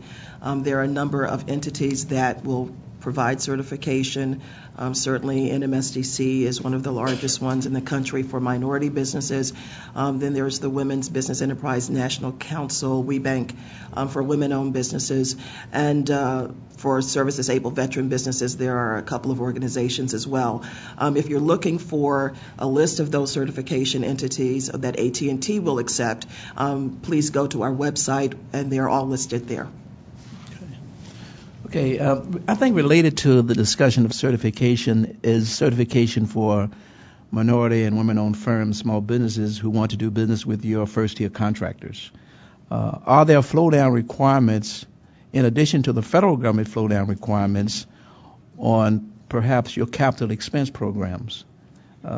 Any comment about that from anyone? Yes, we're currently in the midst of a major network rebuild. We're deploying our 4G technology in the LTE space, and we had requirements for all of our OEMs. It was a turnkey deal for us, for all of our OEMs to use diverse suppliers. We engaged in a matchmaking event, and specifically to identify diverse suppliers across all the OEMs that we had and we were using, and brought those diverse companies together to be considered by the other OEMs for use in deploying our network. Very successful event, well received by the diverse suppliers, opened up a lot of opportunities for business for them that they didn't have before. So. Yes, good. One of the issues that small businesses are generally raised with large corporations, and probably not rightly so, is the complexity of getting certified and qualified to do business with you. Could you share, not each one of you, but maybe one of two of you could share with us or the audience the procedure for doing business with your particular company? Maybe someone from a carrier and maybe the cable company. Maybe. Sure. Okay. We have I encourage you to visit our supplier diversity page. It's Verizon.com/supplier diversity. There's a registration form, rather simple, that collects initial data for us. In terms of what it takes to do business, it all depends what kind of products and services you're trying to sell to us. It also depends the need that we particularly have at the moment. I don't believe that a process is very complex. I think it's actually finding the right business opportunity for both the supplier and for our company. I think it comes down to doing, and I think we already talked about that, doing the due diligence, being prepared, making sure that you target the right opportunity. I heard the previous panel saying same thing. When you go to the government, they go to all agencies at the same time, especially for small businesses. A company the size of the one you have on this panel can be very difficult to manage if you're trying to do too much at the same time. So I think focus is going to help you get through. If you go with a laser focus approach, you're going to find a lot less resistance. You're going to be able to penetrate our business and be able to succeed quickly. So my advice is focus a little bit more on that. Okay. And again, we don't think we have any very onerous requirements other than making sure that your company is viable, successful, and is ready to do business with us. Okay. Well, thank you. Anyone else, please? So I think that the process is probably going to vary slightly for all of our organizations, but there are going to be, at least on the top of my mind, 3 things that you'll hear, I'm assuming, going to be consistent across the board.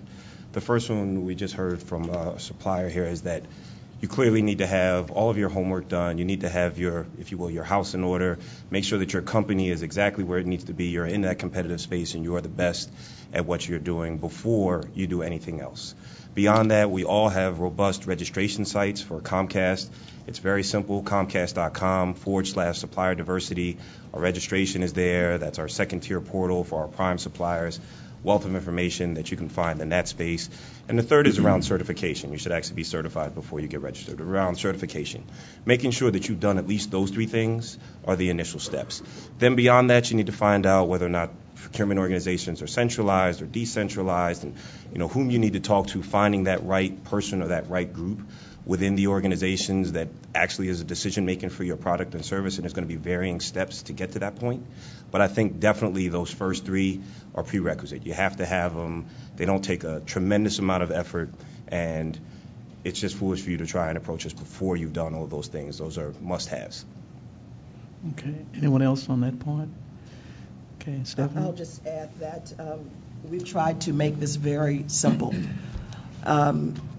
we're a very large company, and so we understand that it's difficult for you to try to reach out to every business unit, every entity, all of the sourcing people we have. So we have really done a very a good job of, I think it's a good job, of pulling just about everything you need to know under our website.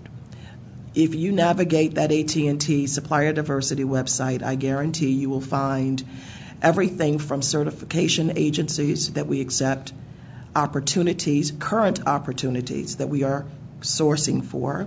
You will find where we are actually doing outreach events where you can come and meet us face to face. You will find out how to do business with us, what our qualifications are, what certifications and other qualifications that we require as a minimum to do business with us. So I encourage everyone to, if you're interested in doing business with AT&T, please go to our website, navigate the website thoroughly, and you will find just about everything you need to know about how to do business with AT&T. Yeah.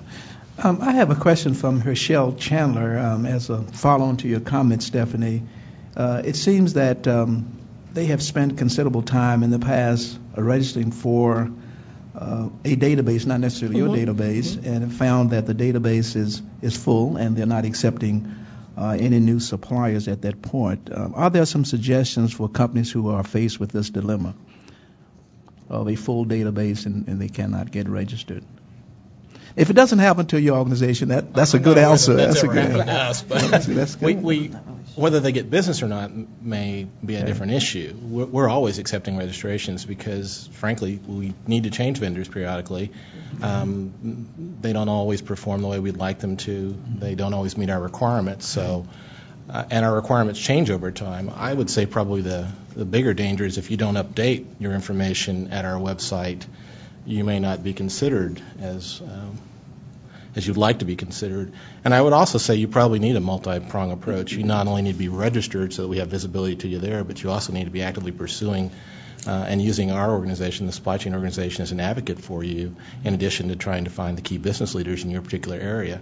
This is pretty much a rifle shot kind of an opportunity with most of the large companies. I think my peers would agree. If you're spreading yourself too thin across too many areas, saying you can do too many things, you're probably not going to get the same level of consideration that if you're targeting an opportunity, understanding what the requirements are, and then trying to respond to those requirements.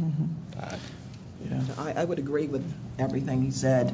I want to borrow something that Ms. Washington said on the previous panel, and that is, if you really take care in completing that supplier profile, and when I say care, I mean let's get down to very detailed specifics of what you do, and make sure that you're very clear in completing all of that information. We do use the database. I mean, it's the way that we can make sure we disseminate supplier information throughout the company. We can't send a brochure around, and we can't set up meetings for everyone, with all of our sourcing teams. So the database is the tool that we use, and we do use it.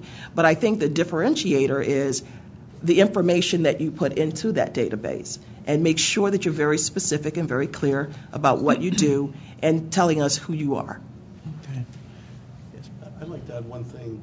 Outside of the databases, which I think are a great tool, and we all have them, and I agree with my colleagues to the degree that you mine them effectively, they're a tremendous tool, and move this back. But there is another dynamic, which is the face-to-face, like what we're doing here today. We mentioned some of the certifying organizations, whether it's NMSDC or WeBank or others. I noticed a lot of small and mid-sized and even large companies all go to one event, and then we'll never see them again. Whereas the inverse is true. The folks that you know over time, and you start to recognize their faces over time, now they're in the database and they're in front of you. And I think that that's key long term to be able to say, oh, I remember you, I know what you're doing. There is an opportunity that I may have, but aside from myself, I might know of an opportunity with my colleague over at Comcast, et cetera. So sometimes using us in that way is very effective, not only to build a relationship and extend the relationship internally, but externally as well. So that would be another thing that I would add. Okay, audience, exercise time. How many of you all do business with one or more of our panelists? Would you raise your hand? Okay. We see about 5 participants. Okay. All right. Harrell, I'm going to pose this question to you as a minority supplier, and a very successful one, I might add. How do you generally determine whether or not a potential client is suited for your company's profile and your business plan and your business model? How do you go about that process? Yeah, well, our first step falls within our business plan. We look for organizations that have a successful track record with doing business with small business. Clearly, small business would be a diverse business. We look closely at that, and in order to even determine that, it goes back to what you were just saying, which is you have to get involved. The familiarity is very important. Notwithstanding signing up on the website, but you have to participate in all these various events, and then through these events you find out, whether these organizations are serious about diversifying their supply chain. So you have to get involved. And through that's how we determine which organizations that we're going to do business with. Because as a small business, it's tied into not having, quote unquote, other people's money to have resources to be at all of the events. So you have to be strategic in determining, where you're going to be. Mm-hmm. But you have found these events to be helpful and useful in growing your business, I would assume. Yes, and there's so many different events, what have you, and you have to be particular about that, and you have to ask questions about what events are going to be been successful for other suppliers. Mm-hmm. There's some events that strictly focus on matchmaking, and those are the events generally you have the decision makers at those related events, and so that's important. Okay. As I look at our 6 distinguished panelists, I can assume that all of you all are defense contractors, right? I think that's a fair assessment. You do work for DOD. The MENA Protege program is one avenue to encourage small businesses to develop relationships with your companies. As a former protege myself, it was successful for me, and maybe 1 or 2 of you all could explain, if you have a MENA Protege program, how successful it has been, and what you look for in your proteges. Can you speak to that briefly, please? We are in the process of, I would call it maybe relaunching a mentor program. We've had it on an informal basis where we've always had members of our management that have taken companies under their wings, so to speak. But what we're trying to do is put it in a more formal context, and we're actively in the process of selecting participants for that program right now, and also aligning them with people within our business units to become advocates for them and to help them understand what they need to do to prepare themselves to do business with Sprint. Like I said, I don't think it's any secret. Large companies are often hard to deal with, and I think Sprint falls in that category in terms of finding the right entry points and finding the right person that can carry your message forward. And that's part of the reason we decided to formalize the program, is we said if we were going to be serious about this, if we want to have the kind of results we want to have, we need to start doing more to take the companies and get them to the point where they can actually do more effective business, both seeking within Sprint, but also performing for Sprint when they have the opportunities. Any other MENA Protege stories? Or if you have an in-house program that's very similar to MENA Protege, and you might have one. Any other comments around MENA Protege or mentoring? Yes, Microsoft. We have an interesting mentor protege program that I have a number of MBEs engaged in. I have Lisa Jones from iMail is currently in that program. Glenn Otterbridge is in that program also, and others. And it's a BizSpark incubator type of program. Now, what we look for in that program is folks that have interesting or edgy or cutting-edge technology. So in the case of Lisa with iMail, she has a very interesting type of a product. It's an embedded video type of a product whereby a lot of our colleagues have seen it and have used it. She's doing business with a number of different corporations.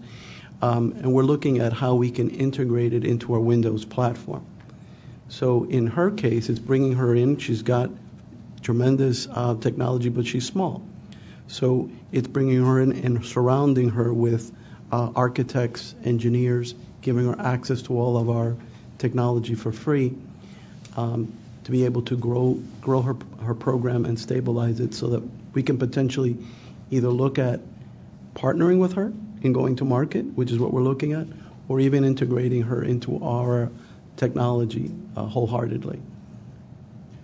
Anyone else? I'd just like to mention that we certainly over the years have participated in the DoD Mentor Protege program and in other federal agencies. But one that I'd like to mention today is a new initiative that we've launched in 2012 called Operation Hand Salute. And that's our effort to identify service-disabled veteran businesses. That was an area where we were struggling a little trying to meet our targets. And so we decided to put in place a mentoring program for service-disabled veteran businesses. It's a year-long program. We provide them with training. We provide them with counseling. And we also make sure that they have exposure to AT&T leadership within sourcing and within the business. And then we also introduce them to our primes. So we want to make sure that we give them the coaching and the mentoring that they need to be successful. So that's a program that we launched in 2012, and we're looking forward to tremendous results from that. Yeah. That's very interesting. Are there other programs that your colleagues have similar to yours, Ms. Bates? Are there others that you would like to share with our audience? I think that's a wonderful program, and we know about that. In fact, you made a presentation at our last FCC diversity meeting, and we really enjoyed that. Anyone else, special programs other than Mentor Protege-like programs that you would like to share with our audience? Yes, please. Mariana? We're very proud of one of the initiatives that the team started a few years back that is called the Premier Supplier Academy. So this effort really focuses on education, partnering, mentoring, and it's not so much or not only between the relationship of the small businesses and Verizon, but also get them exposed to the huge opportunities that we got with our main primes. So Verizon does several $1 billion with a handful or a dozen or so companies. So there's a tremendous opportunity for subcontracting and being very effective in providing services to these companies. So we have focused our efforts over the last 5 years into growing that relationship, exposing our small businesses to not only the direct contracting, but the contracting that we're doing with our primes.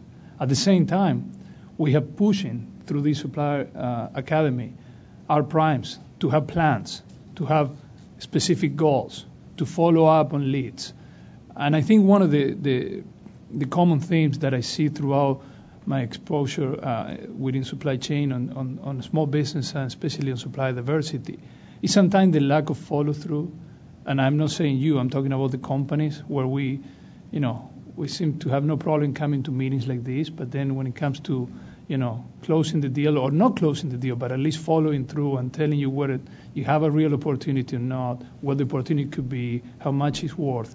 That's where we tend to be a little bit less consistent, if you want. So I think this program, as I put discipline, our team is very focused on results, and now we have a very specific training, metrics, and a step-by-step process that keep us also very focused on the next step. So I encourage you to learn more. Again, everybody seems to have the same website, so it's whatevercompany.com/supplier diversity. You'll find all about it. There it is on the website. Best practice. Comment on that? Yes. Okay, please go right ahead. I was going to say another nuance that I think is interesting to our program is the fact that we've tried to focus on services because we are a service economy. So we have an extensive program for minorities and women and veterans associated with our legal services. We've done a number of things there with our general counsel.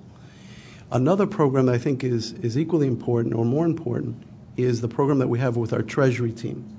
Why? Because it'll link in a minute to access to capital, which we haven't brought up and is a huge area as well.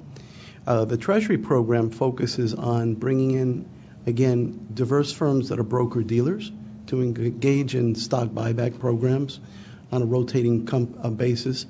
Our bond program as well, that when we floated bonds recently, we engaged in. We also have a program where we have money on deposit in local banks through the CEDARS program with the Department of Treasury, which we partner with them. It's been very successful. So we have money on deposit in now, I believe it's 61 banks. I think Carver Bank in New York was the last deal I did. So there's a number of different deals within the Treasury functions, and I'll tell you why that's important, because there's a lot now of minority-owned firms that are raising capital, and they're becoming hedge funds, and they're specifically looking to engage women-owned and diverse-owned firms and lending money to them specifically. And I'm very, very heartened about that. And we've been engaged, myself and Ajamu and other colleagues have been engaged with the Mergers and Acquisition Summit that's had every year in New York through CUP, right, the CUP program. And it's right before the NMSDC Black Tie Dinner. So you see how everything's starting to sync up.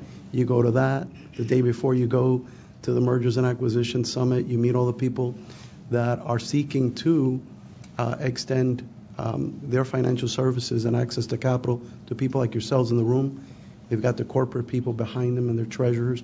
So it starts to allow for access to capital, which I think is very important. Okay, all right. We have so many questions from our audience and folks calling in online with questions. So if going forward, perhaps we might limit our responses maybe to 2 or 3 other panelists. And you guys and ladies can kind of fight about who's going to answer what question. And don't shy away from the hard ones, okay? Yeah. We have a question from Mary Sheets from Consulting Concepts and Innovation. And she wants to know, how does large businesses, your businesses, differentiate between buying from small businesses versus identifying opportunities for teaming opportunities with your first-tier contractors? In other words, if you have a requirement and you say it's not for small business, but you want to encourage them to team with someone, what's the process for doing that? A very good question, by the way. Thank you. Anyone? I'll start. That's an easy one. I'll start.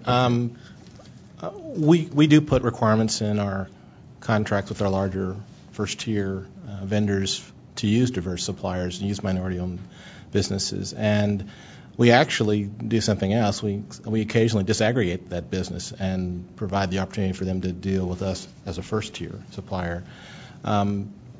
We sometimes have to nudge some people, both inside of our company on the VU side and also within our vendor population to make that happen. But it is something that we do that is helpful. And from your standpoint, you don't care whether you're first tier or second tier. You just want the business.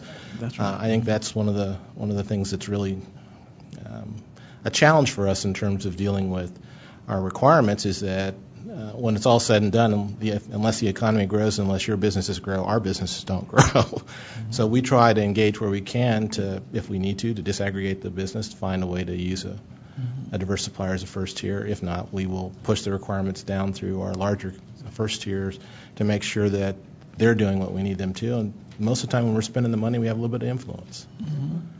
Have you experienced any real problems with having your first tier prime contractors to say pay on time, and any no bad experiences with that? Well, that's good news. Yeah. Okay. Very good. Related to that comment is a question: does your company have monthly steering committee meetings with first tier prime suppliers to discuss MBE first and second tier opportunities? Anyone would like to try? I'm sure most of you do. I'm sure. Stephanie. Actually have a dedicated resource within our supplier diversity team. Mm-hmm. And that individual is solely focused on working on our prime supplier program. That's what we call it. And they are in constant contact with our first tier suppliers. We are very aggressive about making sure that those requirements are flowed down. As I stated, we have a 21.5% supplier diversity goal. We pass that down to our first tier suppliers. We make sure that we have reporting more than an annual basis, so we make sure that we get those results in. What's unique about our Prime Supplier program is if one of our first-tier companies does not have an existing supplier diversity program, we will actually help them establish one. So we want to make sure that there's no excuse for our first-tier suppliers to make sure that they are providing those Tier 2 and Tier 3 opportunities to diverse businesses. So we will help them establish a program. We will actually go as far as to source for them. When we have our matchmakers, we also take those Tier 1 opportunities with us. And we also encourage the Tier 1 companies to come to the matchmakers with us. So we will actually establish a matchmaker just for our prime suppliers, invite the suppliers, and match them. Yeah. So we make sure that we, leave very little room for excuses of making sure prime suppliers are making sure that they're using diverse businesses. Yeah. Anyone else on that particular point? If not, okay. Well, it's just great to know that our panelists are so aggressive in this whole area of promoting small and minority businesses, and all of us really appreciate that very much. I have a question from my table mate here, Tom. Very interesting one, too. So, under Section 257 of the Telecom Act, the FCC is responsible for identifying barriers to entry in the marketplace and promulgating rules designed to eliminate these barriers. Would each of you talk about some of the obstacles that prevent companies from doing business with your respective companies? Would you like to send a memo back on that, or would you like to just answer that? Please, Mariana? I'll take a simple crack at that. Okay. I think, Thomas, is the same problem that they face surviving the economic times, and is really having the access to capital, having the support of clear and transparent rules. And I think that's where we are looking forward to do more with these forums, also help them understand what the opportunities are. I think some of the it's not really a barrier to entry, but it's really more of a barrier to succeed, is when they don't target the right area, or when they don't see the downfall of 3 steps down the road and they focus just on, let me get this business, I promise you I'll do it right. And we have a number of examples where we also haven't been responsible enough to tell these people, you're not ready. If you go through these on the second, third step, you're going to crash because you don't have the financials, you don't have the scale to go up. So I think for the size of the company like Verizon, it's really not a barrier to entry. Well, sometimes we need to make sure that they can sustain the business, they can grow with us. And I think I don't see any other barrier than normal businesses. But I would completely agree with that. From our perspective, we believe our supplier diversity team helps to level the playing field, and there really are very few barriers, if any. We have many programs and initiatives in place to make sure that companies know how to find us, know how to do business with us. We are certainly out in many different forums. We make sure that we have lines of communication open for companies to connect with us, to contact us. And I would just echo what Mariano said, that I think that if there's any hurdle, it's that the companies sometimes may feel that there is an opportunity when there really isn't one for their business. That it goes back to making sure you do your homework and know who you are and know who we are. So I think making sure that when you approach a company like an AT&T, understand what type of business that we're in, where we're going, and what your solution is for our business. So I'm not really sure if there are major barriers. I just think that maybe sometimes companies have a difficult time in assessing if there's a good fit for them. Okay.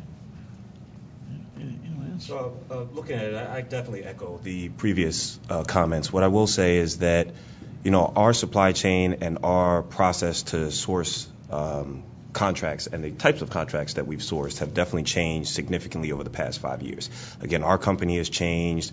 Sometimes we've seen contracts that used to be smaller and more decentralized that have now become more of a centralized source, and in most cases they've been larger. It hasn't necessarily been bad for supplier diversity. We've seen some challenges in that space. We've seen more victories in that space, I will say. Our supply base has decreased over the past couple years, but our supplier diversity participation and activity has increased during that same time. What I will say in terms of not necessarily a barrier, but maybe a slight moment of frustration for me, is that in most cases, a lot of the diversity suppliers that I'll interact with or that will approach me are probably going to be clustered into not a few areas, but several different areas. And there are other areas of our business where, in a lot of cases, we spend a tremendous amount of money, where there probably are way more barriers to access barriers to entry for businesses, where things like Fernando just mentioned, there are a large amount of people that are looking to, whether or not access to capital or access to contracts, create sustainable organizations that are in that space. But I will say if my phone rings 50 times a day, 45 times, they're probably going to be kind of within the same kind of clusters. And that doesn't always fall across the footprint of our entire supply chain. So I think not necessarily a barrier, but an area of focus for a lot of our organizations are creating sustainable companies, diversity-owned small businesses that are able to work with us in spaces that are maybe non-traditional. Okay. I agree with a lot of my colleagues here on the panel. To the degree that you should know that I believe the corporations here on the panel, I think, sincerely do a great job around supplier diversity, and I don't say that lightly. If you were to sample across all of corporate America, it would be interesting to see, where the benchmarks would be. I mean, you have two members here, the $1 Billion Roundtable. You have another company aggressively pursuing that here as well. You're seeing, I think, a good representation, and you're getting, I think, a lot of best practices. I will give you specific areas where I do see that there are issues in our society, and it's in our business society as overall. One is we are a global society, right? We're a global economy. So to the degree that all of the, or many of the corporations that you'll be engaging, like Microsoft, we're looking for players that can play with us globally. So that's one piece. We've brought up access to capital, and I won't beat that up too much. But again, to be able to scale rapidly, you need to be able to have that access to capital. That's why we sit on the Business Consortium Fund and chair it. That's a bank under the NMSDC. And we've contributed, I think it was $3 million initially to seed a lot of their activity. And we seed a lot of different activity around access to capital. And the other piece is technology. We are a technology company. So you have to understand that for us, it's where are we going? We're leaning forward 5 years from now. So it's things like, that a lot of the colleagues here on this panel will resonate with. It's the cloud, which means data centers. We're looking specifically at different interfaces like natural user interface, where it's about voice recognition, gesture recognition, facial recognition. The mouse and keyboard, not so much going forward, right? So you have to think about, what types of opportunities are there. Security. If we look at mobile technology is terrific. How will we secure it? What applications will we build on top of it, right? Partnering with a lot of the colleagues here on this panel going forward. So those are some of the areas where I see that, there are challenges, but there's also opportunities for the people that say, okay, this is where they're going, and I'm going to align my core competencies to where they're going and meet them. Okay. This is an interesting question. The author chose not to give us his or her name, but I'll ask the question anyway. And let me just paraphrase it preface by saying that the federal government is moving steadily away from contract bundling, and that's a good thing. On the telecom side, however, particularly the carriers seem to still have the desire and the practice of having turf vendors and OEMs for their major requirements. If that is still the case, is there an effort to move away from turf and unbundling large requirements? A question primarily for the carriers, I would think. Oh, I think I spoke to that earlier. Okay. We are, where possible, trying to disaggregate our business to have smaller opportunities for more vendors. It's not always easy, by the way, because of the nature of our goods and services. My peers on the panel will understand that you just can't get a network switch from anybody. So, so there's not a lot of small businesses that can provide that kind of opportunity. Having said that, though, there are, especially when we're in construction mode, there are opportunities for us to find things that can be provided by small companies, by diverse suppliers. And in an ongoing maintenance opportunity, there's often opportunity for maintenance to be supplied and performed by smaller, diverse companies, and that's an area where we look forward to being able to do more. I would make one comment in terms of the challenges that we face in dealing with smaller businesses, and something maybe for you to consider going forward, and that is that scale is always an issue when you're dealing with a large company. We're concerned about you having the scale to be able to meet our needs or to ramp to meet our needs. And part of what I think you need to think about going forward is not only how you grow your business, but how you might aggregate with other small businesses to meet our scale requirements. I don't know if that's anything the FCC feels like it should address, but I would tell you that I think that as a minority business community or diverse supplier community, it's something that needs to be addressed within that community to say how can you come together and aggregate your services, your offerings in such a way that you're more attractive to a larger section of a large company, so that you have opportunities and capabilities you can bring to us that say, here are the things we can do that we believe are things that we'll be around to do for a while, and that we can, in some cases it might mean you might have to merge your company with some other company, maybe not something you want to do right away, but something you might think about in terms of the longer term growth of your company. You're going to have to find a way to become larger. And we also have a challenge in terms of some of our best small businesses don't stay small that long. Mm-hmm. And some of our diverse suppliers get acquired by non-diverse suppliers, mm-hmm. which offers us challenges. But what that means is that there's now more openings for other diverse suppliers to take their place. So. I think Marvin addressed it perfectly. Thank you. Glad to help. Now, we have a question from an online participant. Now, this is a new business with an unproven track record. And the question is, what is the best way to approach your organization if you are a new company that fits that size, small with little experience?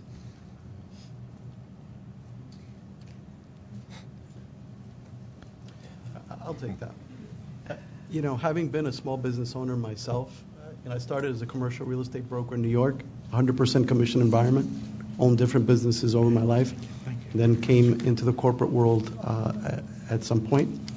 I think it's very important to seek us out, but it's at that stage, it's more from a mentorship perspective.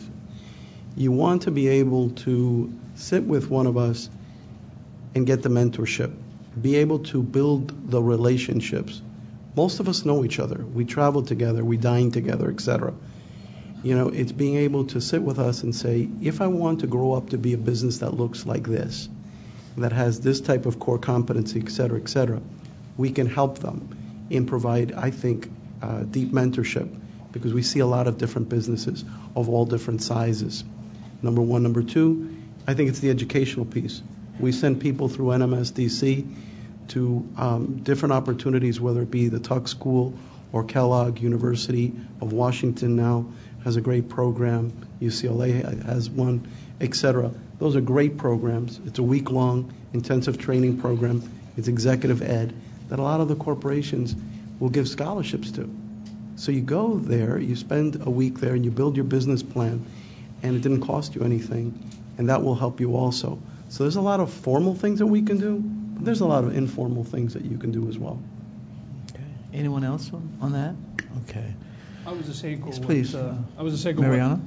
Yes, what Fernando was saying, I think it's the due diligence, understanding your own business plan. I don't think we can, or at least I cannot honestly give you too much advice if I knew as well as you do to run a business. I'll be on the other side of the panel. But I think you're aggressive enough.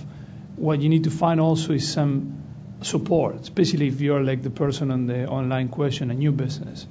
What is your initial support? I think there are a number of outreach opportunities that we do as corporations, but there are also a number of organizations on the base, the Chamber of Commerce, the different organizations that have been named several times in the panel today. Hold them accountable to. Don't just make them be an organization that organizes a nice dinner. Make them help you. Make them knock the door of a company like us. Make them help you. That would be my 2 cents. Okay. All right. Thank you. Excuse me. Yes, I'm gonna please. interject. Harold. Yeah, I also want to echo some things Fernando mentioned. It is about partnering, and I'm going back in time. I've been in business for a little over 10 years. But what I would have done a little differently in the beginning is to partner with another similarly situated firm that's already been engaged. And through that, there's more opportunity. Notwithstanding that, also, even as a more seasoned organization, also partner through various programs. And the TUG program is a program, but there's also a program through the U.S. SBA. And through that program is a contracting team program. And currently, I'm actually still in that related program. And so through that, there's opportunity for not just new entrants, but also those who continue to, gain ground to grow to the next level. Very good. Anyone else? Okay. I have 2 technology innovation questions, and this one is from Vinia Shah from Arch Systems. She owns a small woman-owned business, innovations company, and wants to know how do you leverage her innovation, how can she leverage your innovation technology skill sets to large businesses, and are there avenues to demonstrate her innovation to large businesses? I guess Microsoft and Comcast would probably want to weigh in on that one. New apps, media, new content, that kind of thing? Well, it's not always the easiest thing, but it has to be, for sure, all the things we talked about before. Make sure that you're in front of us, find a way. Through our registration sites, through Fernando mentioned, we do a tremendous amount of face-to-face activities. I'm sure all of our corporations do. Make sure that you leverage the Office of Supplier Diversity. That's why we're here. 2 comments on that. One, we can be helpful navigating these very fast-moving, very large organizations, getting you in front of the individuals that would be right to see whatever technology or products and services that you have. What I will say also, and when I talk to diversity owned suppliers, I always echo this. What would you do if you weren't diversity owned? It's great to be here. It's great to be in front of us. It's great to be at the quote unquote targeted supplier diversity events. But if your organization is in marketing, if your organization is in engineering, if your organization is in whatever, are you also going to those conferences? Are you getting in front of the hundreds of thousands of our peers that work for our organizations that are going to hit industry related events as well? And I would do a combination of those things. In order to try and make sure that you can get in front of the right individuals. Stay focused. We talked before about following up, know the sales cycle, and be patient. Be persistent, but be patient and stay at it and making sure that you get in front of the right people and individuals internally. And then when you do get that opportunity, as we mentioned before, you have to shine. You have to be the best.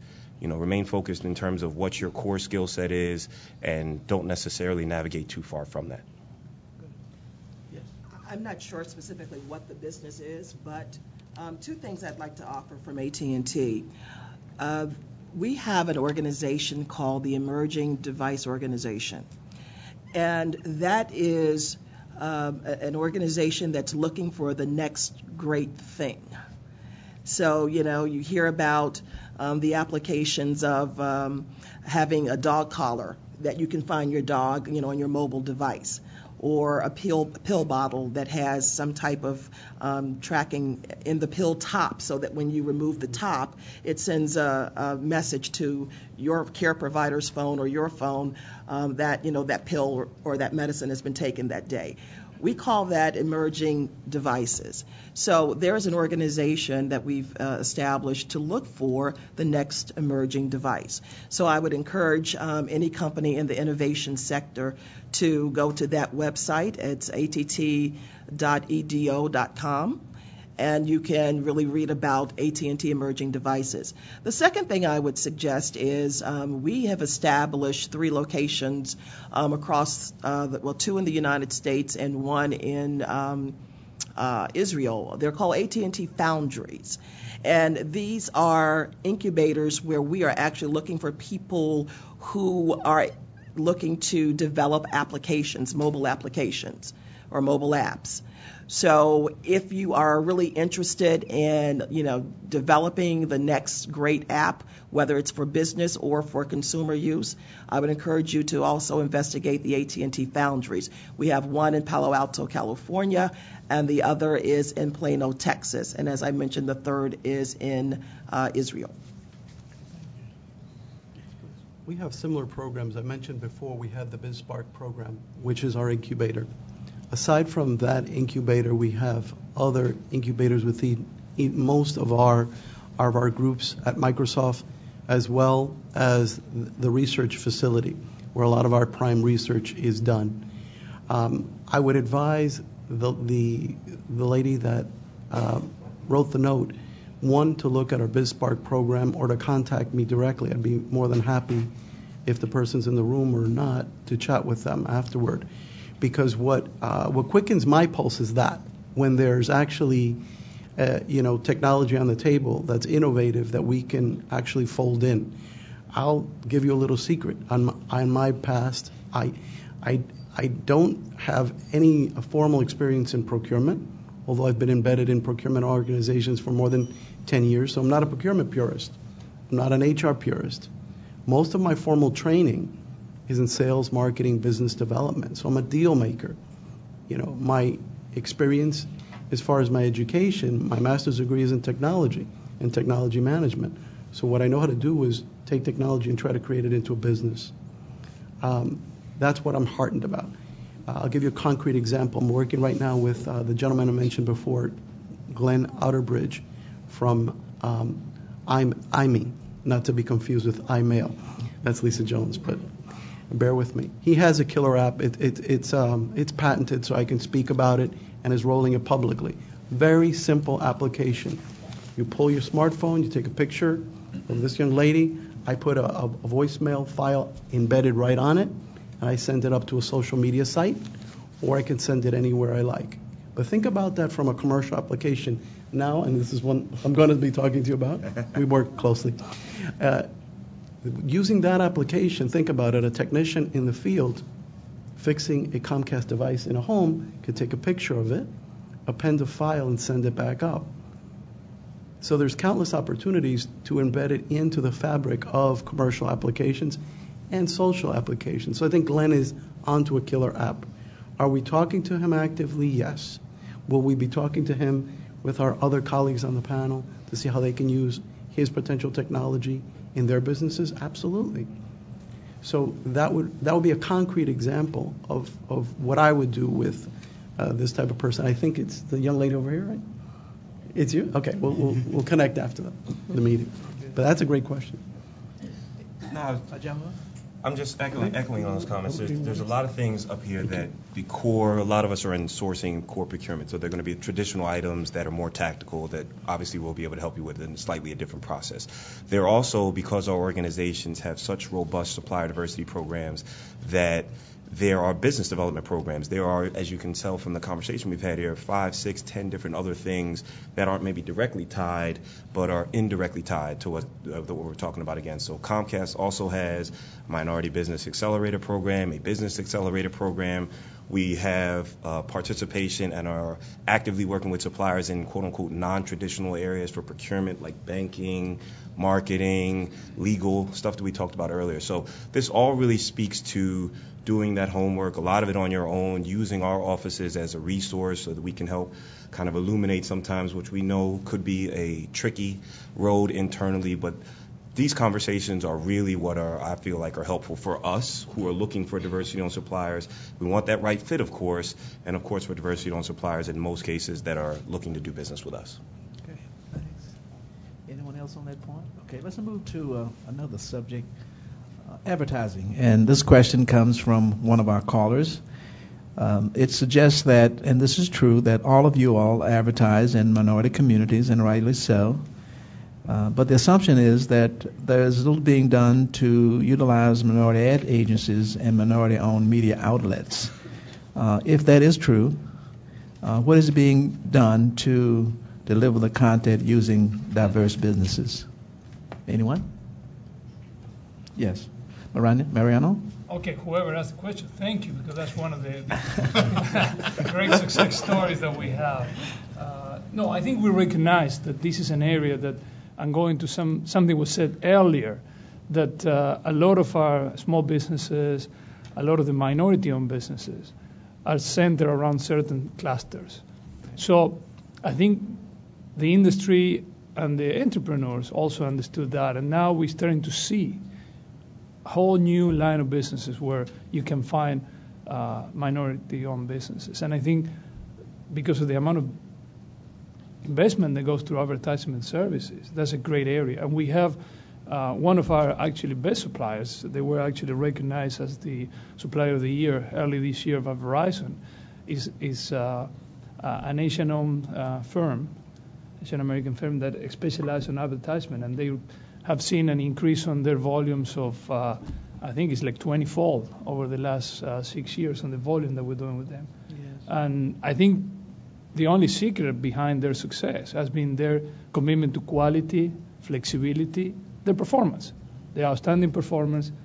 They happen to be owned by a minority person, but that's almost a second thing. The important thing is they're great business, and they were smart enough to get into a new area and a need for us, which is the need to advertise very effectively on this diverse market that we serve in the U.S. So, yeah, well, thanks for sharing that success story. Any others?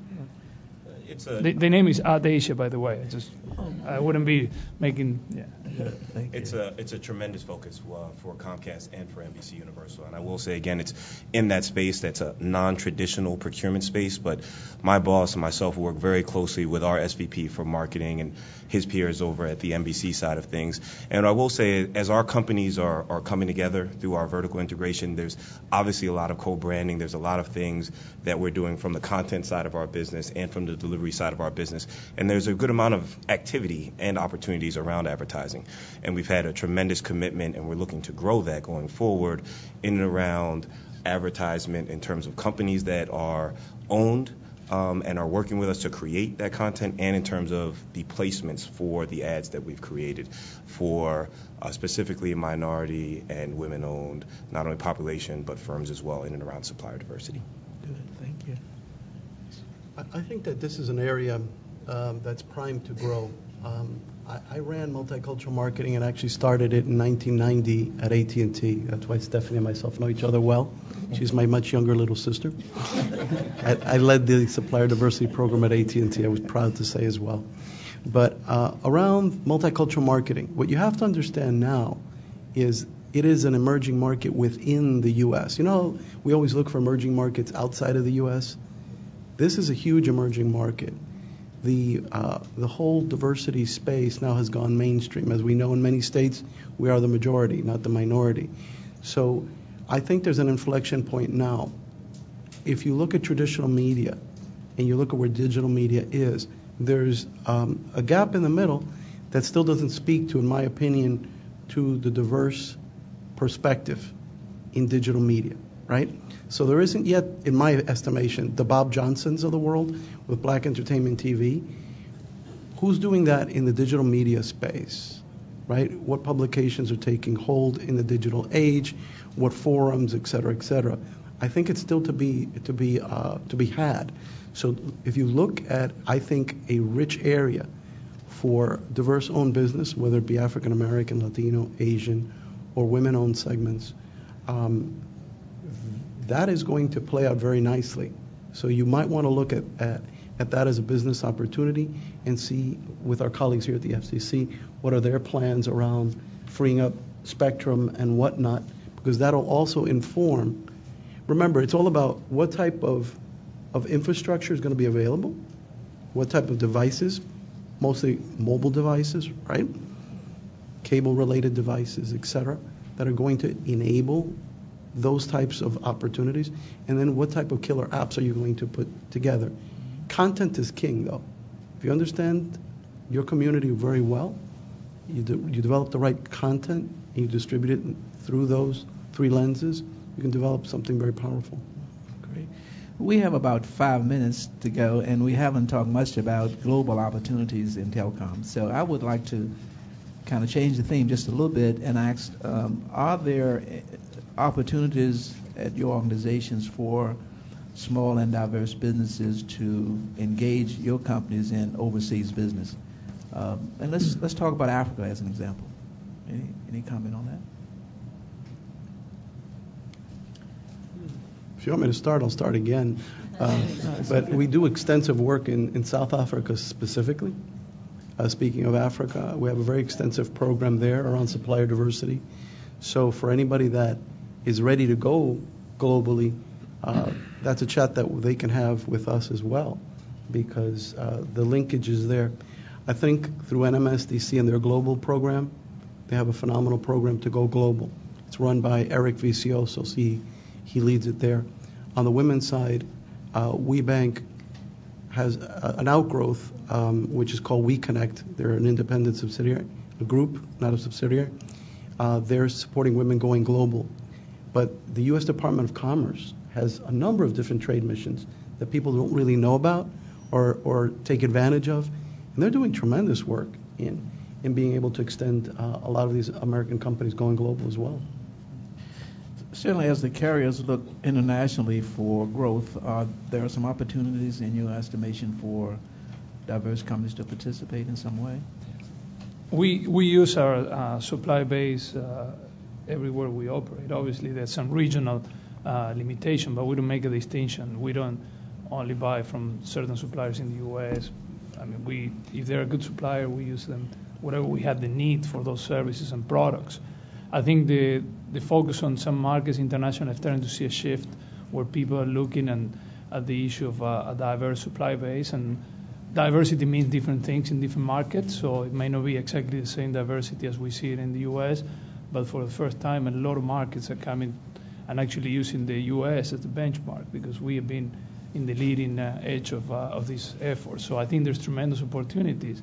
And from my perspective, if you had a company and a business and you can succeed in the most competitive market there is, in the most advanced economy, in the most demanding market, I can't see why wouldn't you be more successful even outside than you are here. So I think there's a huge opportunity for all of you to really spread the wings and take over and do the reverse of what we're seeing, which is a lot of international companies coming over here. I think this is the time for our small businesses, and I think that's what gets a lot of us in this panel excited, that through the development of our supply base, we are enabling, as a second and third degree result, a significant engine for the growth of our economy in the long term. So I'm very excited for that.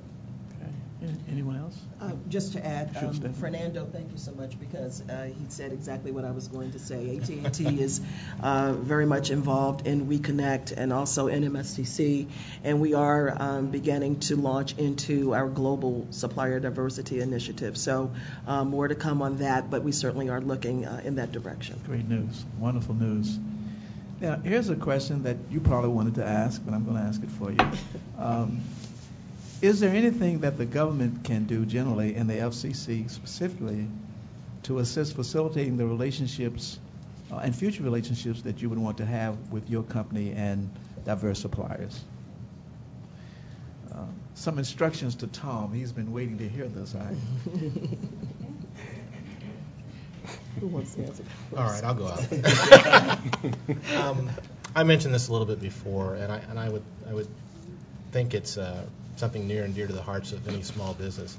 What they're really interested in is getting business, and they don't care whether it's first tier or second tier. We would, as a company, it would be helpful to us if we could count our second tier toward meeting some of our requirements. I think that would be something that would drive more the engine in terms of small business. It allows us to make it easier for our first tier suppliers to push that initiative forward, because it counts for us, it counts for them, everybody's happy, and you guys get more business. So to the extent that whatever formal requirements need to be addressed there. It's an idea I'd like to at least have you guys consider. It might be something that, particularly this year when a lot of people are looking for opportunities and a lot of people are looking for things that can help stir the economy, I think that's one that might work for us. I think in addition to that, a large component of what you can do is something that you've already done, and that's us sitting here this morning. So again, I'd like to thank you for inviting Comcast and NBCU to be a part of this first, I'm hoping first of many, panel discussion. And I think it's one of the first that I've been on and of its type because we had the government component earlier, and of course this is more of the private sector component now. And knowing that while there may be more online that are currently working with and want to work with our organizations, there's not a tremendous amount of the population that's here in the room that currently have contracts with our organizations. And there could be any number of reasons why that is, if you're even interested, which I'm assuming you are because you're here. But I think starting this dialogue, if there are clearly in a lot of cases differences and different nuances in terms of sourcing with our organizations and sourcing with government organizations. But I think this dialogue, us getting a chance to get in front of some, I think, different suppliers or a different group of suppliers, and you getting a chance to hear from us really is helpful in trying to close that gap that may exist in terms of sourcing and creating business deals. I kind of echo that sentiment. I think that it's very important that the FCC has taken this step and gotten us all together for the first time. It's very important, and I'll tell you why. Because you're one of the agencies that really has that forward-looking view of where technology is going, because you're setting policy. So to the degree that people in this room, we can have sessions that focus on, this is kind of the roadmap that we see in the United States and maybe even broader as far as communications. And this is how we see it playing out, fourth generation wireless technology. What does that mean to everybody in the room? What is it going to enable? It's fascinating to me that when you see people like Steve Jobs, he was very keen on saying, okay, fourth generation technology, right, what will that enable? So he would get the practical nuggets of gold and saying, oh, okay, we're going to be able to do real-time video conferencing because now you're going to have enough bandwidth to support it, et cetera, et cetera. That will inform your products, that will inform your services, your applications. So for a lot of the smaller players in the room, it will actually balance the playing field. They'll start to be able to see in a strategic way the same type of roadmap as very senior executives, seasoned executives in these corporations would see. So access to that type of a roadmap to your technologists so that these folks understand where it's going to be played out, what is the timeline associated with it, that sort of thing I think would be phenomenal. Okay. I'm going to ask each of you to give closing remarks in a few minutes, but while you're getting your thoughts together, I have one last question. What are the most common mistakes potential suppliers make when seeking a supplier contract with your company? Anyone would like to share that with us? Common mistakes? I would say not being prepared, not understanding what it is we're looking for, and trying to be a answer for all things. We meet with companies that, and I think, again, Ms. Williams said that earlier today, I can do this, I can do that, and it really doesn't use the resources in the proper way. So be focused, be very clear on what your offering is, and know if I need to buy what you're trying to sell. That's the one thing I would say. And then also make sure that you follow up. I meet companies all the time at matchmakers and events like this, and I hear from them once, and then that's it. So I just want to encourage people to make sure you follow up. I am very easily to access, and make sure that you get my business card if you want it and follow up with us. But that's two things I would just say, to make sure that you do your homework and also just follow up with us. Thank you. Anyone else? Patience and persistence. Big companies don't move nearly as fast as you'd like us to. It never happens as fast as you'd like it to. Nothing happens as fast as I want it to. But I would say that if you're serious about doing business with us, you're going to need to be persistent, not annoying, but persistent. And you're also going to need to make sure that you have the patience and the capabilities to meet our requirements. And if you can do those two things, I think you're in a much better position. I have a staff of people, just as these organizations do, my peers have, who focus on promoting diverse suppliers within the organization. You need to know those people. You need to be talking to them on a regular basis. And if you do that, and you can form those relationships, we will help introduce you to the right people within our business units who you can also form relationships with.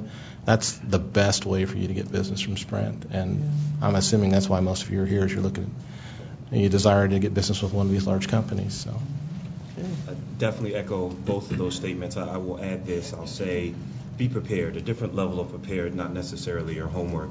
While the sales cycle in most cases for our organizations is going to be very long, probably much longer than you expect, once something happens and your name or your company's name comes up in front of any one of us, it's going to happen very quickly.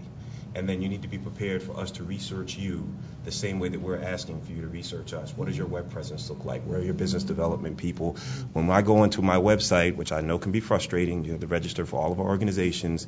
When I go in there, we heard it earlier this morning from the government panel, what type of information am I going to find? Is somebody going to answer that first phone number that I call? Or am I going to have all the revenues that you guys have posted for the last couple of years?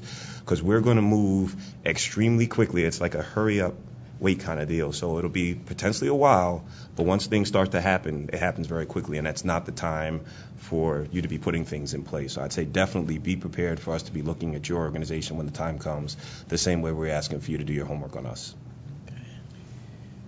I think from my perspective, a lot of I agree with a lot of what's been said. One thing that I will take a minute on is there's a huge difference between being focused on doing business with the federal government or state governments and major corporations, right?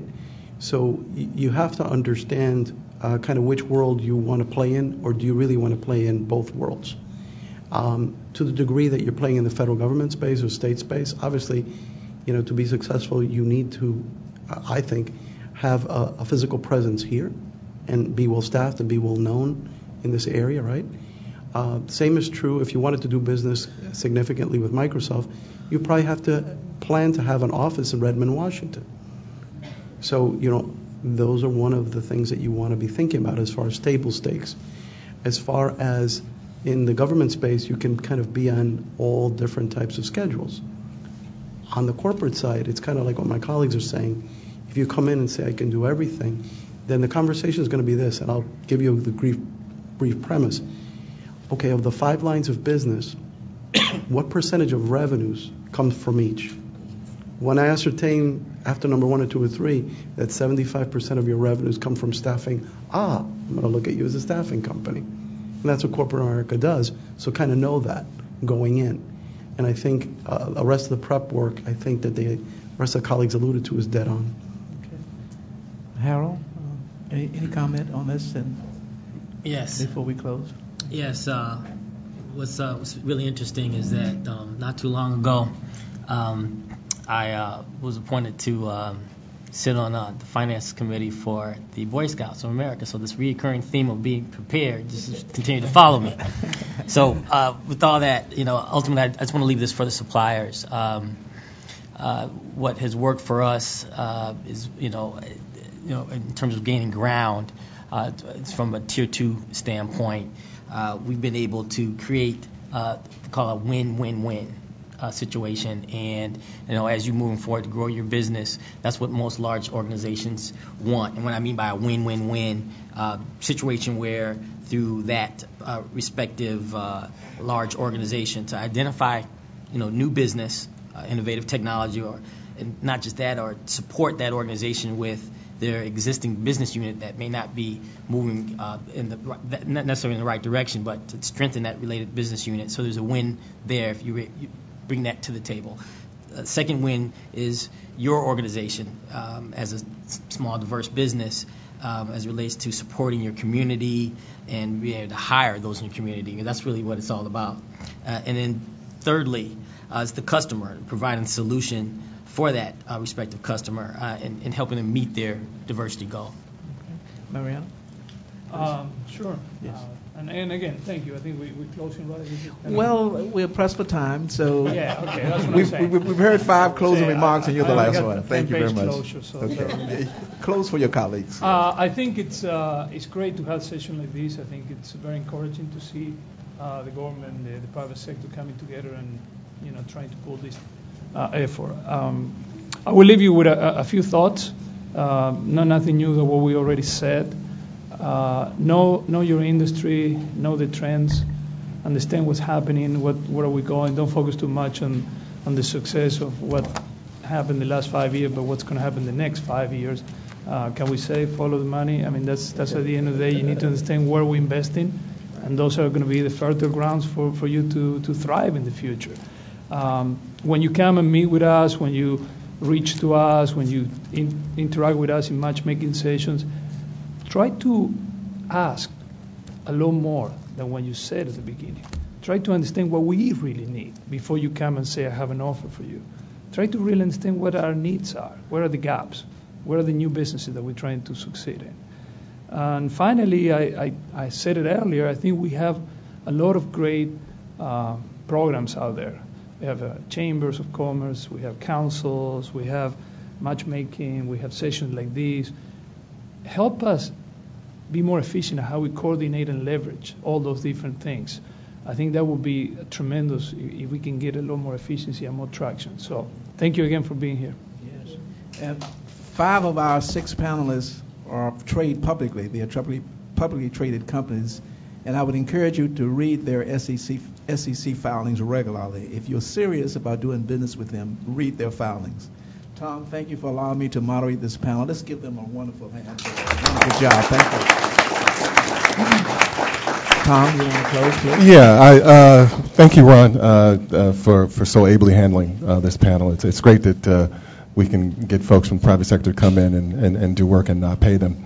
So, and I address that same thanks to our panelists. I mean, we do not do honorariums here, so everyone here truly believes in supplier diversity. So I thank you all for your comments and for your time, and for many of you committing your afternoons to this effort as well. The breakout sessions, I'll get to that in a quick second, and I'm going to get everybody to lunch too, because we've got a tight time frame, and I want you all to eat, because you don't want them passing out during your breakout sessions. So that would not be good. We've had that happen. It's not pretty.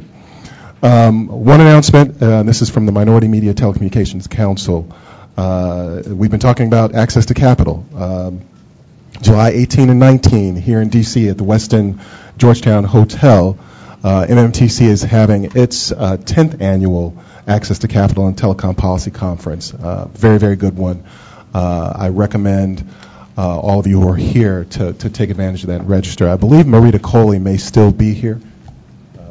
Yeah, there she is. And so if you want some additional information, she is here to provide that. So I hope that you can take advantage of that. For those of you who have breakouts at 1:30, everybody please meet back here at 1:25. We're going to have staff directing you, as well as our panelists and our experts, to their conference rooms. So always, if you get confused, come back here. One of us will find you and get you where you need to go. Keep your sheets with you, because we'll be picking you up from your 1:30s and taking you to your 2 o'clocks as well. So we're going to try to do that as smoothly as possible. If you haven't picked up your sheets for your breakout sessions, please do check in with Karen Beverly. Because what we're going to assume that if your sheets aren't picked up, those openings will get assigned to someone else, and you don't want that to happen if you're here. And Karen's right behind me. Excuse me. Oh, I got it all on the list. All right. I would be remiss. I want to thank my staff too. This has been very exciting for me to do this for the first time. We plan to do this on a regular basis. I hope you agree, and will return. All of my staff has worked really, really hard to pull this together. Particularly Calvin Osborne, who's got the scratchy voice, has been wandering around taking your cards, has been one of the principals, and Karen Beverly, right behind us. Karen worked all this weekend, I believe, to pull a lot of these meetings together. So We certainly appreciate her, and I hope you do as well. I think that covers everything but the surveys. So please do fill out those surveys for us. You can leave them with Calvin or leave them on the desk in front, and we'll pick those up. Again, thank you all. Thank you to our panel. I look forward to a great afternoon. Please, I would request some forbearance for them, because I know if everybody ties them up right now, they won't be able to get anything to eat. On that front, again, Capital Cafe is the most convenient. Check with one of our staff. We'll get you there. There's a sandwich shop that's right on 12th. If you're really flush with cash, there's a Mandarin Hotel. So, but otherwise, we need you back at 1:25, and we'll get you to your meetings. Thank you all. Thank you very much. Good to meet you. Let's stay together. That was pretty good.